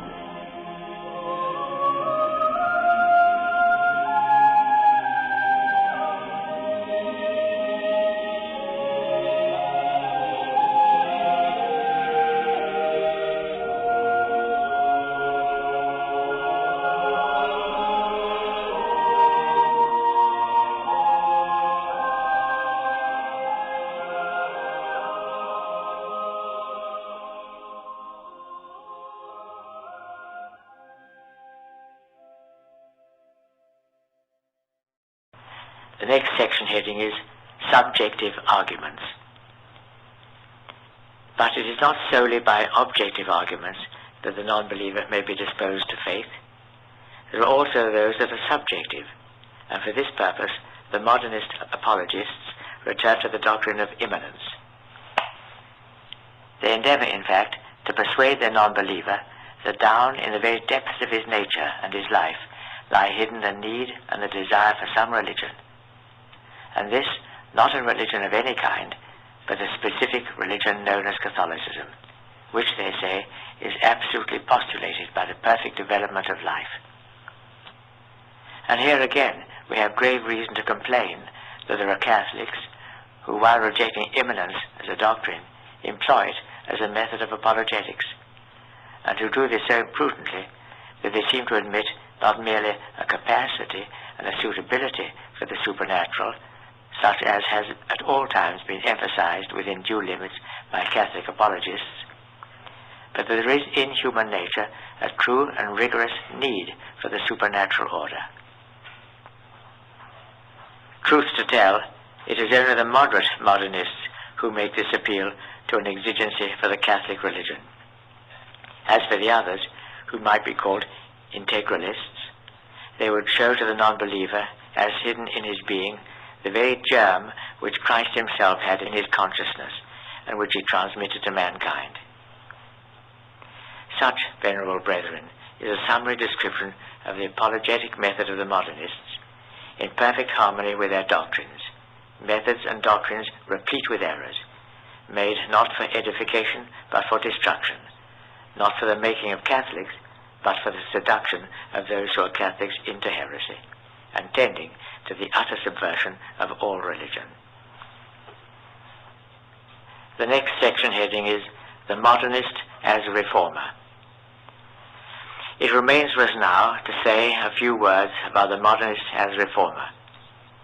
From all that has preceded, it is abundantly clear how great and how eager is the passion of such men for innovation. In all Catholicism, there is absolutely nothing on which it does not fasten.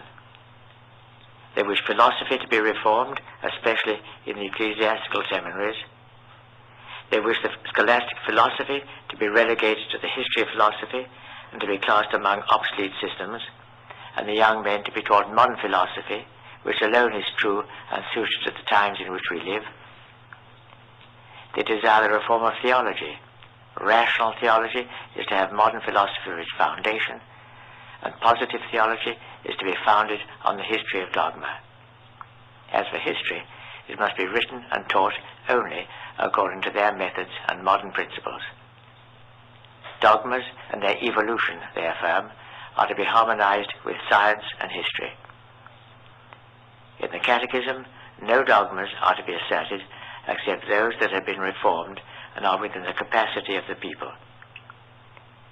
Regarding worship, they say, the number of external devotions is to be reduced, and steps must be taken to prevent their further increase, though indeed some of the admirers of symbolism are disposed to be more indulgent on this head.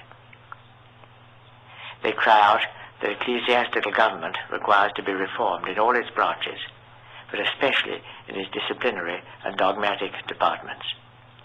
They insist that both outwardly and inwardly it must be brought into harmony with the modern conscience, which now wholly tends towards democracy.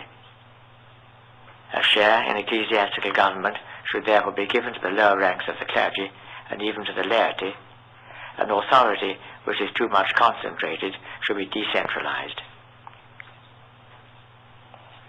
The Roman congregations, and especially the Index and the Holy Office, must be likewise modified. The ecclesiastical authority must alter its line of conduct in the social and political world. While keeping outside political organizations, it must adapt itself to them in order to penetrate them with its spirit. With regard to morals, they adopt the principle of the Americanists that the active virtues are more important than the passive and are to be more encouraged in practice. They ask that the clergy should return to their primitive humility and poverty, and that in their ideas and action they should admit the principles of modernism. And there are some who, gladly listening to the teaching of their Protestant masters, would desire the suppression of the celibacy of the clergy. What is there left in the Church which is not to be reformed by them as according to their principles? Section heading, Modernism, the synthesis of all heresies. It may perhaps seem to some, venerable brethren, that we have dwelt at too great length on this exposition of the doctrines of the modernists. But it was necessary that we should do so, both in order to meet their customary charge that we do not understand their ideas, and to show that their system does not consist in scattered and uncollected theories, but, as it were, in a closely connected whole, so that it is not possible to admit one without admitting all. For this reason, too, we have had to give to this exposition a somewhat didactic form, and not to shrink from employing certain unwonted terms which the modernists have brought into use. And now, with our eyes fixed upon the whole system, no one will be surprised that we should define it to be the synthesis of all heresies. Undoubtedly, were anyone to attempt the task of collecting together all the errors that have been broached against the faith, and to concentrate into one the sap and substance of them all, he could not succeed in doing so better than the modernists have done. Nay, they have gone farther than this, for as we have already intimated, their system means the destruction not of the Catholic religion alone, but of all religion. Hence the rationalists are not wanting in their applause, and the most frank and sincere among them congratulate themselves in having found in the modernists the most valuable of all allies. Let us turn for a moment, venerable brethren, to that most disastrous doctrine of agnosticism. By it, every avenue to God on the side of the intellect is barred to man, while a better way is supposed to be opened from the side of a certain sense of the soul and action. But who does not see how mistaken is such a contention? For the sense of the soul is the response to the action of the thing which the intellect or the outward senses set before it. Take away the intelligence, and man, already inclined to follow the senses, becomes their slave. Doubly mistaken from another point of view, for all these fantasies of the religious sense will never be able to destroy common sense, and common sense tells us that emotion and everything that leads the heart captive proves a hindrance instead of a help to the discovery of truth. We speak of truth in itself, for that other purely subjective truth, the fruit of the internal sense and action, if it serves his purpose for the play of words, is of no benefit to the man who wants above all things to know whether outside himself there is a God into whose hands he is one day to fall. True, the modernists call in experience to eke out their system, but what does this experience add to that sense of the soul? Absolutely nothing, beyond a certain intensity and a proportionate deepening of the conviction of the reality of the object.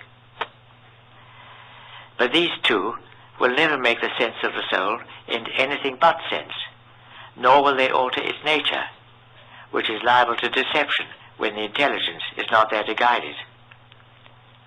On the contrary, they but confirm and strengthen this nature, for the more intense the sense is, the more it is really sense.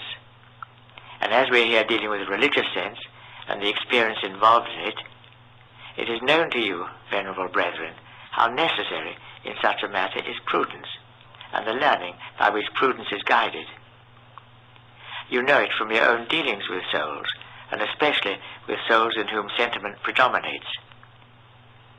You know it also from your reading of works of ascetical theology, works for which the modernists have but little esteem, but which testify to a science and a solidity far greater than theirs, and to a refinement and subtlety of observation far beyond any which the modernists take credit to themselves for possessing.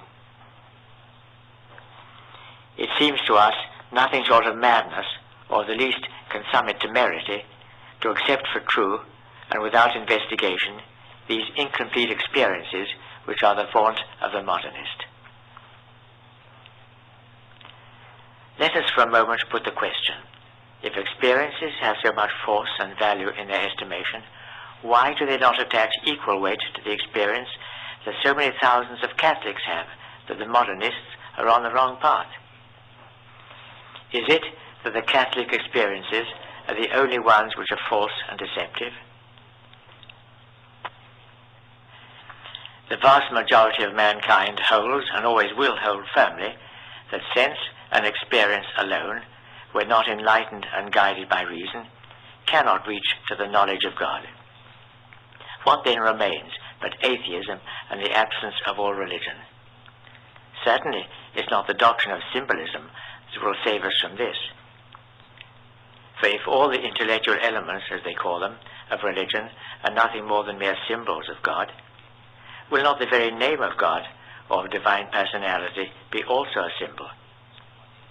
And if this be admitted, the personality of God will become a matter of doubt, and the gate will be open to pantheism. And to pantheism pure and simple, that other doctrine of the divine immanence leads directly. For this is the question which we ask: does or does not this immanence leave God distinct from man? If it does, in what does it differ from the Catholic doctrine, and why does it reject the doctrine of external revelation? If it does not, it is pantheism. Now the doctrine of immanence, in the modernist acceptation, holds and professes that every phenomenon of a conscience proceeds from man as man. The rigorous conclusion from this is the identity of man with God, which means pantheism. The distinction which modernists make between science and faith leads to the same conclusion. The object of science, they say, is the reality of the knowable. The object of faith, on the contrary, is the reality of the unknowable. Now, what makes the unknowable unknowable is the fact that there is no proportion between its object and the intellect, a defective proportion which nothing whatever, even in the doctrine of the modernist, can suppress. Hence the unknowable remains and will eternally remain unknowable to the believer as well as to the philosopher. Therefore, if any religion at all is possible, it can only be the religion of an unknowable reality. And why this religion might not be that soul of the universe, of which certain rationalists speak, is something which certainly does not seem to us apparent. These reasons suffice to show superabundantly by how many roads modernism leads to atheism and to the annihilation of all religion. The era of Protestantism made the first step on this path, that of modernism makes the second, atheism makes the next.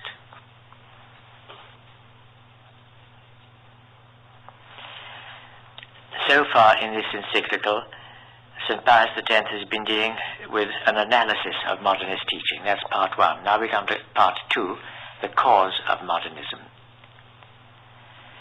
To penetrate still deeper into the meaning of modernism and to find a suitable remedy for so deep a sore, it behoves us, venerable brethren, to investigate the causes which have engendered it and which foster its growth. That the proximate and immediate cause consists in an error of the mind cannot be open to doubt. We recognize that the remote causes may be reduced to two, curiosity and pride. Curiosity by itself, if not prudently regulated, suffices to account for all errors. Such is the opinion of our predecessor, Gregory XVI, who wrote, "A lamentable spectacle is that presented by the aberrations of human reason when it yields to the spirit of novelty, when, against the warnings of the apostles, it seeks to know beyond what it is meant to know, and when, relying too much on itself, it thinks it can find the truth outside the Catholic Church, wherein truth is to be found without the slightest shadow of error. But it is pride which exercises an incomparably greater sway over the soul to blind it and lead it into error, and pride sits in modernism as in its own house, finding sustenance everywhere in its doctrines and lurking in its every aspect. It is pride which fills modernists with that self-assurance by which they consider themselves and pose as the rule for all.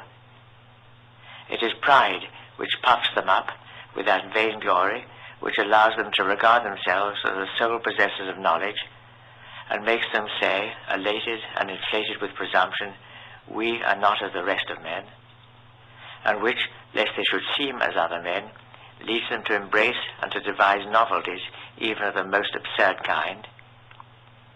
It is pride which rouses in them the spirit of disobedience and causes them to demand a compromise between authority and liberty.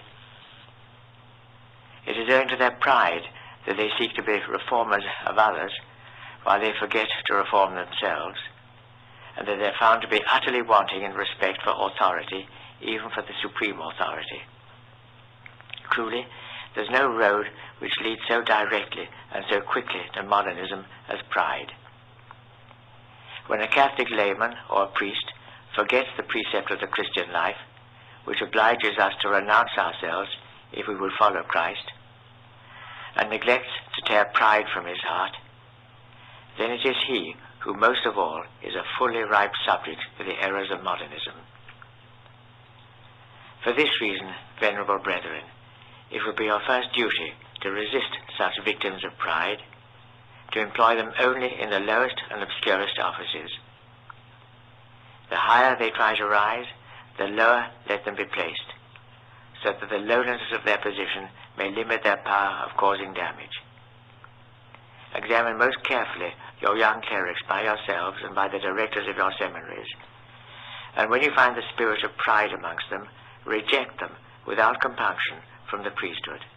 Would to God that this had always been done with the vigilance and constancy which were required.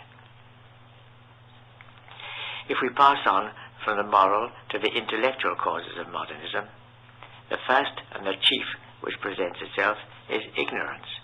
Yes, these very modernists who seek to be esteemed as doctors of the Church, who speak so loftily of modern philosophy and show such contempt for scholasticism, have embraced the one with all its false glamour precisely because their ignorance of the other has left them without the means of being able to recognize confusion of thought and to refute sophistry. Their whole system, containing as it does errors so many and so great, has been born of the union between faith and false philosophy. Next section heading, Methods of Propagandism. Would that they had but displayed less zeal and energy in propagating it. But such is their activity and their unwearying labor on behalf of their cause, that one cannot but be pained to see them waste such energy in endeavoring to ruin the Church, when they might have been of such service to her had their efforts been better directed. Their artifices to delude men's minds are of two kinds. The first, to remove obstacles from their path. The second, to devise and apply actively and patiently every resource that can serve their purpose. They recognize that the three chief difficulties which stand in their way are the scholastic method of philosophy, the authority and tradition of the Fathers, and the magisterium of the Church, and on these they wage unrelenting war. Against scholastic philosophy and theology, they use the weapons of ridicule and contempt. Whether it is ignorance or fear or both that inspires this conduct in them, certain it is that the passion for novelty is always united in them with hatred of scholasticism. And there's no surer sign that a man is tending to modernism than when he begins to show his dislike for the scholastic method. Let the modernists and their admirers remember the proposition condemned by Pius IX. Quote, "The method and the principles which have served the ancient doctors of scholasticism when treating of theology no longer correspond with the exigencies of our time or the progress of science." Unquote. They exercise all their ingenuity in an effort to weaken the force and falsify the character of tradition, so as to rob it of all its weight and authority. But for Catholics, nothing will remove the authority of the Second Council of Nicaea, where it condemns those, quote, "who dare, after the impious fashion of heretics, to deride the ecclesiastical traditions, to invent novelties of some kind, or endeavor by malice or craft to overthrow any one of the legitimate traditions of the Catholic Church," unquote. Nor of the declaration of the Fourth Council of Constantinople, quote, "We therefore profess to preserve and guard the rules bequeathed to the Holy Catholic and Apostolic Church by the holy and most illustrious apostles, by the Orthodox councils, both general and local, by every one of those divine interpreters, the fathers and doctors of the Church," unquote.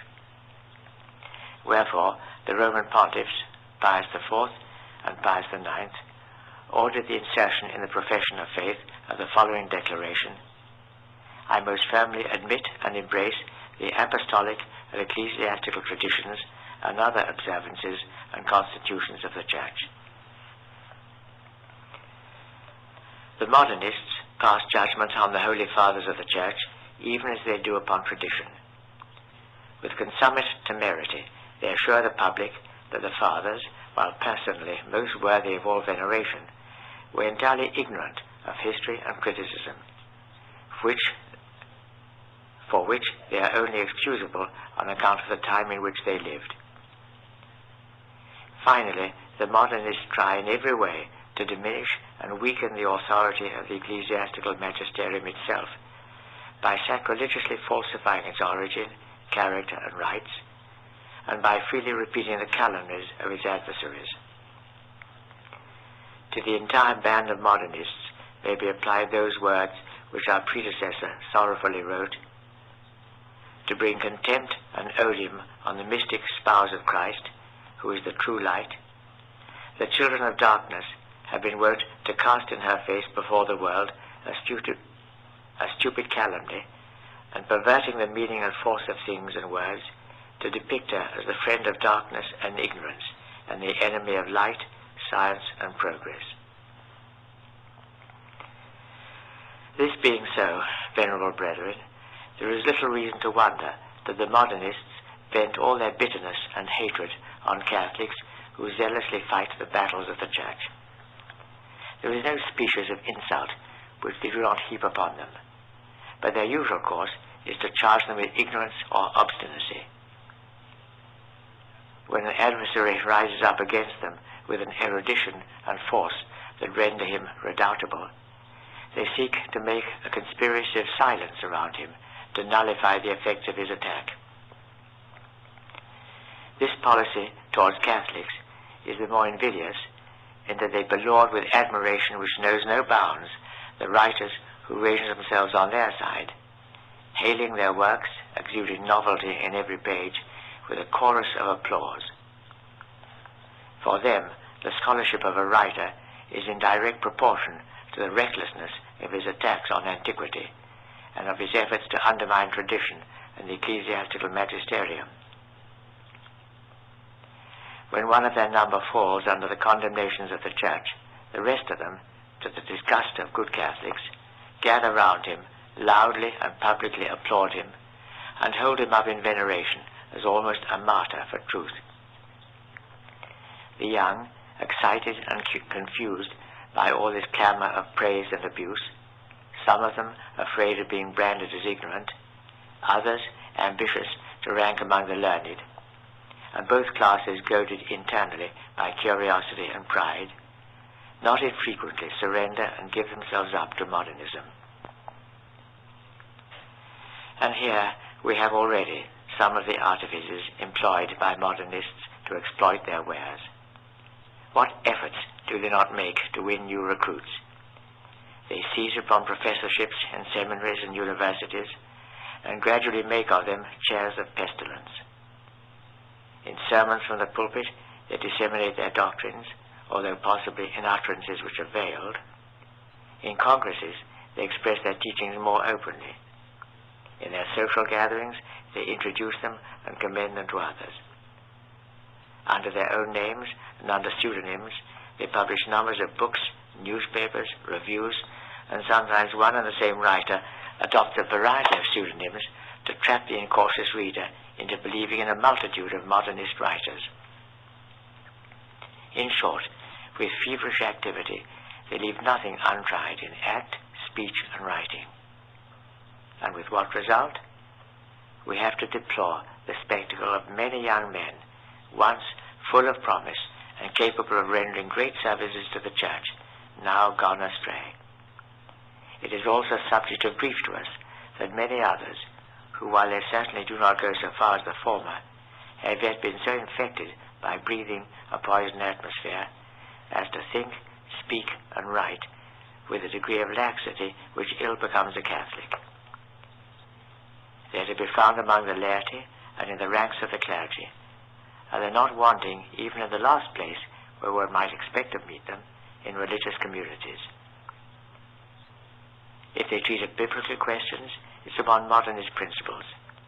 If they write history, they carefully and with ill-concealed satisfaction drag into the light, on the plea of telling the whole truth, everything that appears to cast a stain upon the Church. Under the sway of certain a priori conceptions, they destroy as far as they can the pious traditions of the people, and bring into disrespect certain relics highly venerable from their antiquity. They are possessed by the empty desire of having their names upon the lips of the public, and they know they would never succeed in this were they to say only what has always been said by all men.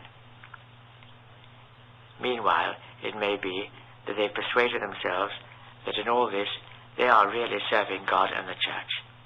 In reality, they only offend both, less perhaps by their works in themselves than by the spirit in which they write, and by the encouragement they thus give to the aims of the modernists. The third and last section in this encyclical letter, Pascendi, is entitled Remedies. Against this host of grave errors and its secret and open advance, our predecessor, Leo XIII of happy memory, worked strenuously both in his words and his acts, especially as regards the study of the Bible. But as we have seen, the modernists are not easily deterred by such weapons.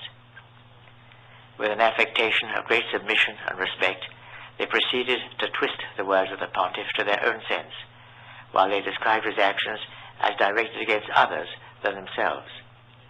Thus, the evil has gone on increasing from day to day. We therefore, venerable brethren, have decided to suffer no longer delay, and to adopt measures which are more efficacious. We exhort and conjure you to see to it that in this most grave matter no one shall be in a position to say that you have been in the slightest degree wanting in vigilance, zeal, or firmness. And what we ask of you and expect of you, we ask and expect also of all other pastors of souls, of all educators and professors of clerics, and in a very special way of the superiors of religious communities. Section heading number 1. The study of scholastic philosophy. In the first place, with regard to studies, we will and strictly ordain that scholastic philosophy be made the basis of the sacred sciences. It goes without saying that, to quote Leo XIII, if anything is met with among the scholastic doctors which may be regarded as something investigated with an excess of subtlety, or taught without sufficient consideration, anything which is not in keeping with the certain results of later times, anything, in short, which is altogether destitute of probability, we have no desire whatever to propose it for the imitation of present generations." Unquote. And let it be clearly understood above all things that when we prescribe scholastic philosophy, we understand chiefly that which the angelic doctor has bequeathed to us, and we therefore declare that all the ordinances of our predecessor on this subject continue fully in force, and as far as may be necessary, we do decree anew and confirm and order they shall be strictly observed by all. When he says angelic doctor, he means, of course, St. Thomas Aquinas. In seminaries where they have been neglected, it will be for the bishops to exact and require their observance in the future. And let this apply also to the superiors of religious orders.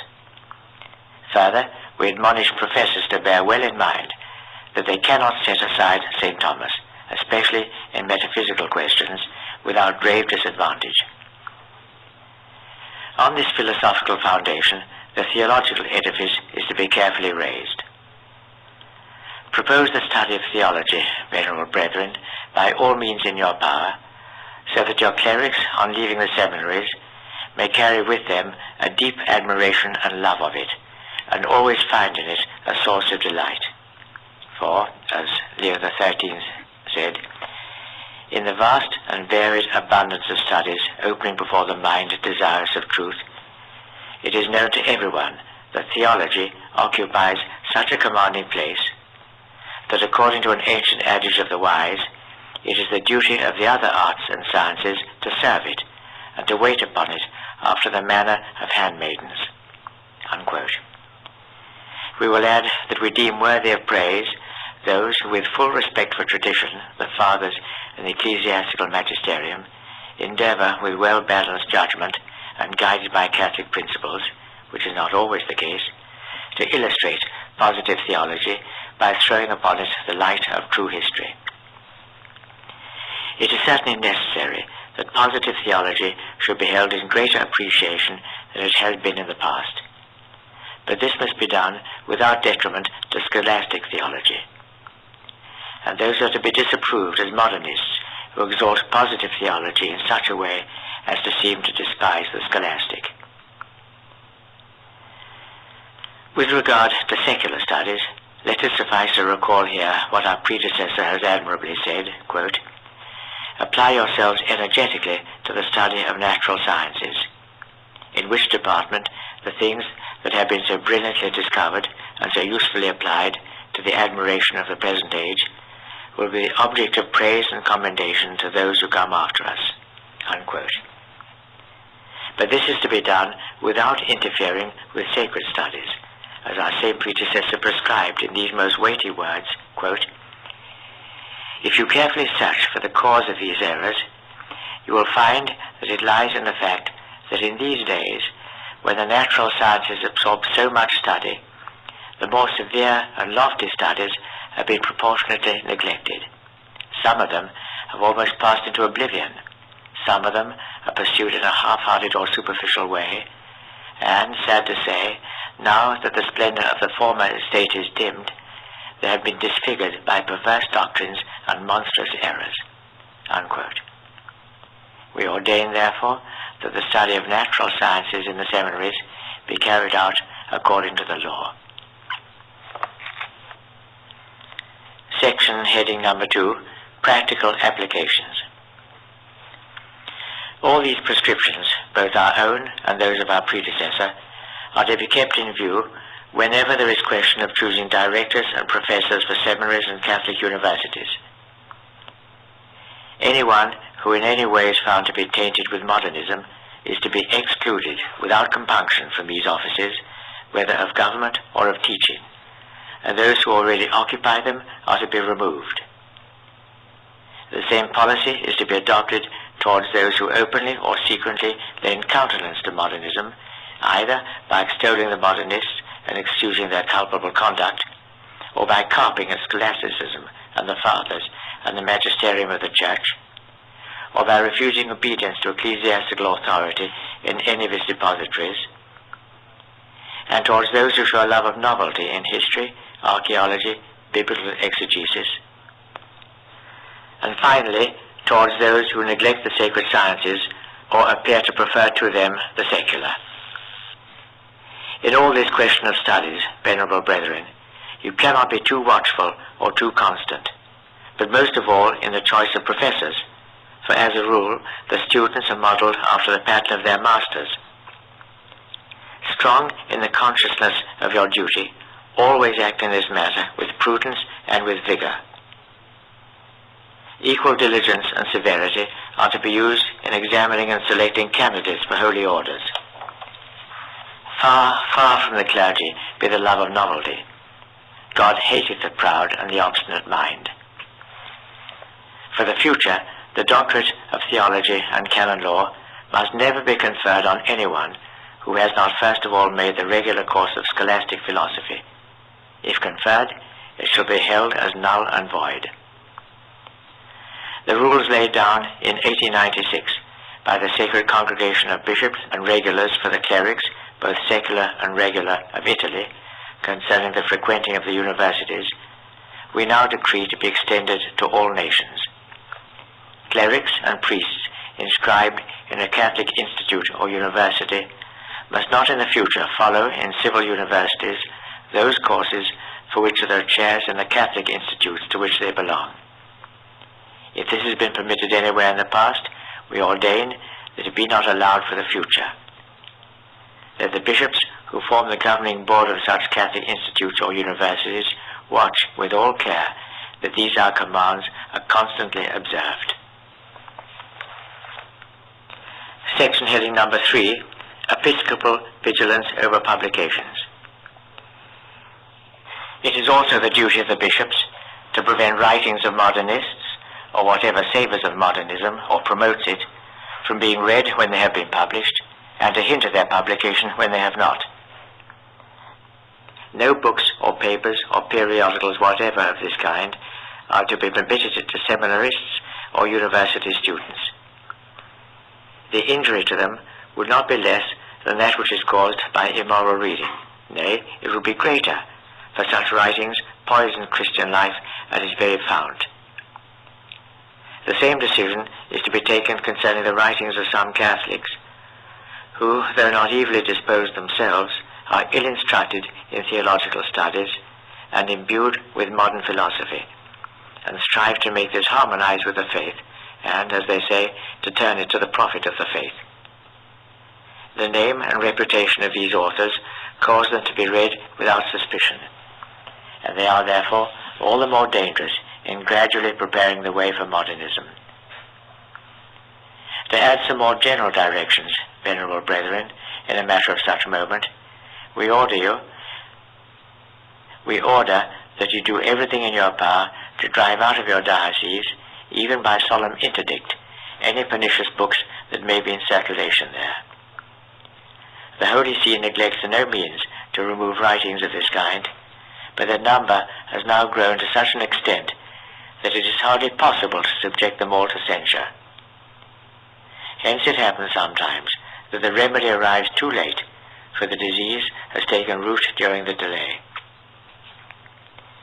We will, therefore, that the bishops, putting aside all fear and the prudence of the flesh, despising the clamour of evil men, shall gently, by all means, but firmly, do each his own part in this work, remembering the injunctions of Leo XIII in the Apostolic Constitution Officiorum, quote, "Let the ordinaries, acting in this also as delegates of the Apostolic See, exert themselves to proscribe and to put out of reach of the faithful injurious books or other writings printed or circulated in their dioceses," unquote. In this passage, the bishops, it is true, receive an authorization, but they have also a charge laid upon them. Let no bishop think that he fulfills this duty by denouncing to us one or two books, while a great many others of the same kind are being published and circulated. Nor are you to be deterred by the fact that a book has obtained elsewhere the permission which is commonly called the imprimatur, both because this may be merely simulated, and because it may have been granted through carelessness, or too much indulgence, or excessive trust placed in the author, which last has perhaps sometimes happened in the religious orders. Besides, just as with the same food does not agree with everyone, it may happen that a book, harmless in one place, may, on account of the different circumstances, be hurtful in another. Should a bishop, therefore, after having taken the advice of prudent persons, deem it right to condemn any of such books in his diocese, we give him ample faculty for the purpose, and we lay upon him the obligation of doing so. Let all this be done in a fitting manner, and in certain cases it will suffice to restrict the prohibition to the clergy. But in all cases it will be obligatory on Catholic booksellers not to put on sale books condemned by the bishop. And while we are treating of this subject, we wish the bishops to see to it that booksellers do not, through desire for gain, engage in evil trade.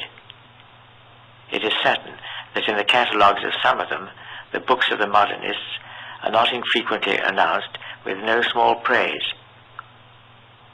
If they refuse obedience, let the bishops, after due admonition, have no hesitation in depriving them of the title of Catholic booksellers. This applies, and with still more reason, to those who have the title of Episcopal booksellers. If they have that of Pontifical booksellers, let them be denounced to the Apostolic See.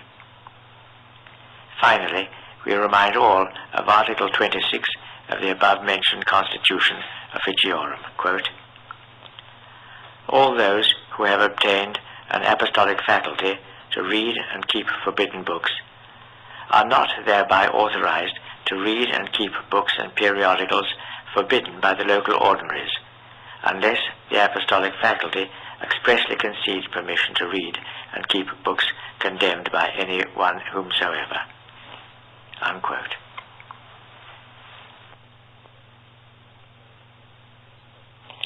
Section heading, Censorship. It is not enough to hinder the reading and the sale of bad books. It is also necessary to prevent them from being published. Hence, let the bishops use the utmost strictness in granting permission to print.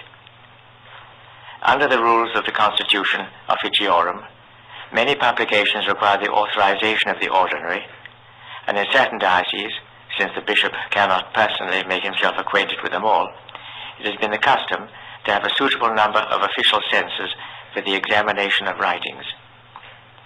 We have the highest esteem for this institution of censors, and we not only exhort, but we order that it be extended to all dioceses.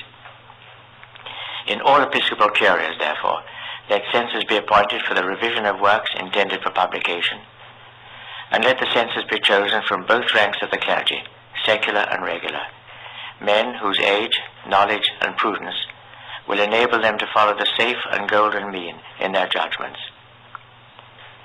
It shall be their office to examine everything which requires permission for publication, according to Articles 41 and 42 of the above-mentioned Constitution. The censor shall give his verdict in writing. If it be favourable, the bishop will give the permission for publication by the word imprimatur, which must be preceded by the nihil obstat and the name of the censor. In the Roman Curia, official censors shall be appointed in the same way as elsewhere, and the duty of nominating them shall appertain to the master of the sacred palace after they have been proposed to the cardinal vicar and have been approved and accepted by the sovereign pontiff. It will also be the office of the master of the sacred palace to select the censor for each writing. Permission for publication will be granted by him as well as by the cardinal vicar or his vice-regent, and this permission, as above prescribed, must be preceded by the nihil obstat and the name of the censor. Only on very rare and exceptional occasions, and on the prudent decision of the bishop, shall it be possible to omit mention of the censor. The name of the censor shall never be made known to the authors until he shall have given a favourable decision, so that he may not have to suffer inconvenience either while he is engaged in the examination of a writing or in case he should withhold his approval. Censors shall never be chosen from the religious orders until the opinion of the provincial, or in Rome of the general, has been privately obtained, and the provincial or the general must give a conscientious account of the character, knowledge, and orthodoxy of the candidate. We admonish religious superiors and their most solemn duty never to allow anything to be published by any of their subjects without permission from themselves and from the ordinary. Finally, we affirm and declare that the title of censor, with which a person may be honoured, has no value whatever, and can never be adduced to give credit to the private opinions of him who holds it.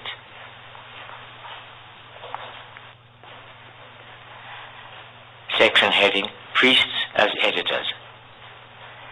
Having said this much in general, we now ordain in particular a more careful observance of Article 42 of the above-mentioned Constitution Officiorum, according to which, quote, it is forbidden to secular priests, without the previous consent of the ordinary, to undertake the editorship of papers or periodicals, unquote.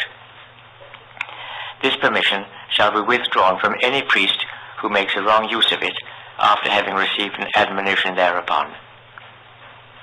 With regard to priests who are correspondents or collaborators of periodicals, as it happens not infrequently that they contribute matter infected with modernism to their papers or periodicals, let the bishop see to it that they do not offend in this manner, and if they do, let them warn the offenders and prevent them from writing.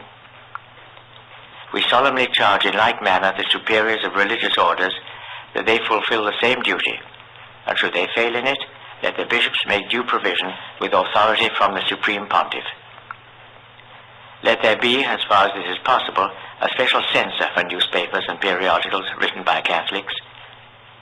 It shall be his office to read in due time each number after it has been published, and if he find anything dangerous in it, let him order that it be corrected as soon as possible. The bishop shall have the same right even when the censor has seen nothing objectionable in a publication.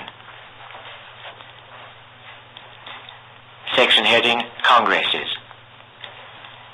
We have already mentioned congresses and public gatherings as among the means used by the modernists to propagate and defend their opinions.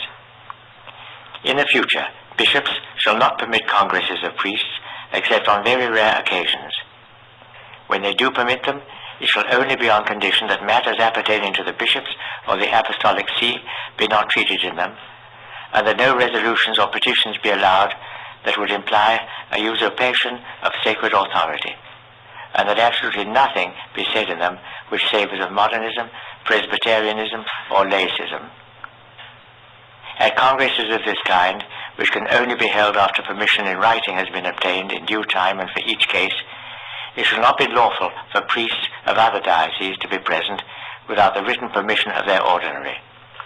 Further, no priest must lose sight of the solemn recommendation of Leo XIII, quote, let priests hold as sacred the authority of their pastors, let them take it for certain that the sacerdotal ministry if not exercised under the guidance of the bishops, can never be either holy, nor very fruitful, nor worthy of respect." Unquote. Section heading, Diocesan Vigilance Committees. But of what avail, venerable brethren, would be all our commands and prescriptions if they be not dutifully and firmly carried out? In order that this may be done, it has seemed expedient to us to extend to all dioceses the regulations which the bishops of Umbria, with great wisdom, laid down for theirs many years ago. In order, they say, to extirpate the errors already propagated, and to prevent their further diffusion, and to remove those teachers of impiety through whom the pernicious effects of such diffusion are being perpetuated, this sacred assembly, following the example of St. Charles Borromeo, has decided to establish in each of the dioceses a council consisting of approved members of both branches of the clergy, which shall be charged with the task of noting the existence of errors and the devices by which new ones are introduced and propagated, and to inform the bishop of the whole, so that he may take counsel with them as to the best means for suppressing the evil at the outset and preventing its spreading for the ruin of souls, or worse still, gaining strength and growth. That was from the Acts of the Congress of the Bishops of Umbria, November 1849. We decree, therefore, that in every diocese a council of this kind, which we are pleased to name the Council of Vigilance, be instituted without delay. The priests called to form part in it shall be chosen somewhat after the manner above prescribed for the censors, and they shall meet every 2 months on an appointed day in the presence of the bishop. They shall be bound to secrecy as to their deliberations and decisions, and in their functions shall be included the following: they shall watch most carefully for every trace and sign of modernism, both in publications and in teaching, and to preserve it from the clergy and the young, they shall take all prudent, prompt, and efficacious measures. Let them combat novelties of words, remembering the admonitions of Leo XIII, quote, "It is impossible to approve in Catholic publications a style inspired by unsound novelty, which seems to deride the piety of the faithful, and dwells on the introduction of a new order of Christian life, on new directions of the Church, on new aspirations of the modern soul, on a new social vocation of the clergy, on a new Christian civilization, and many other things of the same kind." Unquote. Language of the kind here indicated is not to be tolerated either in books or in lectures. The councils must not neglect the books treating of the pious traditions of different places or of sacred relics. Let them not permit such questions to be discussed in journals or periodicals destined to foster piety, neither with expressions savoring of mockery or contempt, nor by dogmatic pronouncements, especially when, as is often the case, what is stated as a certainty either does not pass the limits of probability or is based on prejudiced opinion. Concerning sacred relics, let this be the rule: if bishops, who alone are judges in such matters, know for certain that a relic is not genuine, let them remove it at once from the veneration of the faithful. If the authentications of a relic happen to have been lost through civil disturbances or in any other way, let it not be exposed for public veneration until the bishop has verified it. The argument of prescription or well-founded presumption is to have weight only when devotion to a relic is commendable by reason of its antiquity, according to the sense of the decree issued in 1896 by the Congregation of Indulgences and Sacred Relics, quote, "Ancient relics are to retain the veneration they have always enjoyed, except when in individual instances there are clear arguments that they are false or suppositious." Unquote.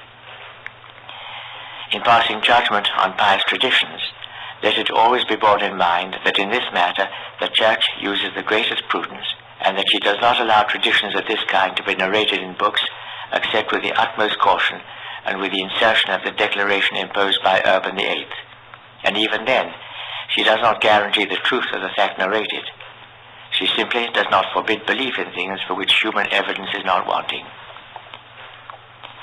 On this matter, the Sacred Congregation of Rites, 30 years ago, decreed as follows, quote, These apparitions or revelations have neither been approved nor condemned by the Holy See, which has simply allowed them to be believed on purely human faith, on the tradition which they relate, corroborated by testimony and documents worthy of credence." Unquote. Anyone who follows this rule has no cause to fear, for the devotion based on any apparition, in as far as it regards the fact itself, that is to say, insofar as the devotion to it is relative, always implies the condition of the fact being true, while in as far as it is absolute, it is always based on the truth, seeing that its object is the persons of the saints who are honored. The same is true of relics. Finally, we entrust to the councils of vigilance the duty of overlooking assiduously and diligently social institutions, as well as writings on social questions, so that they may harbor no trace of modernism, but obey the prescriptions of the Roman pontiffs.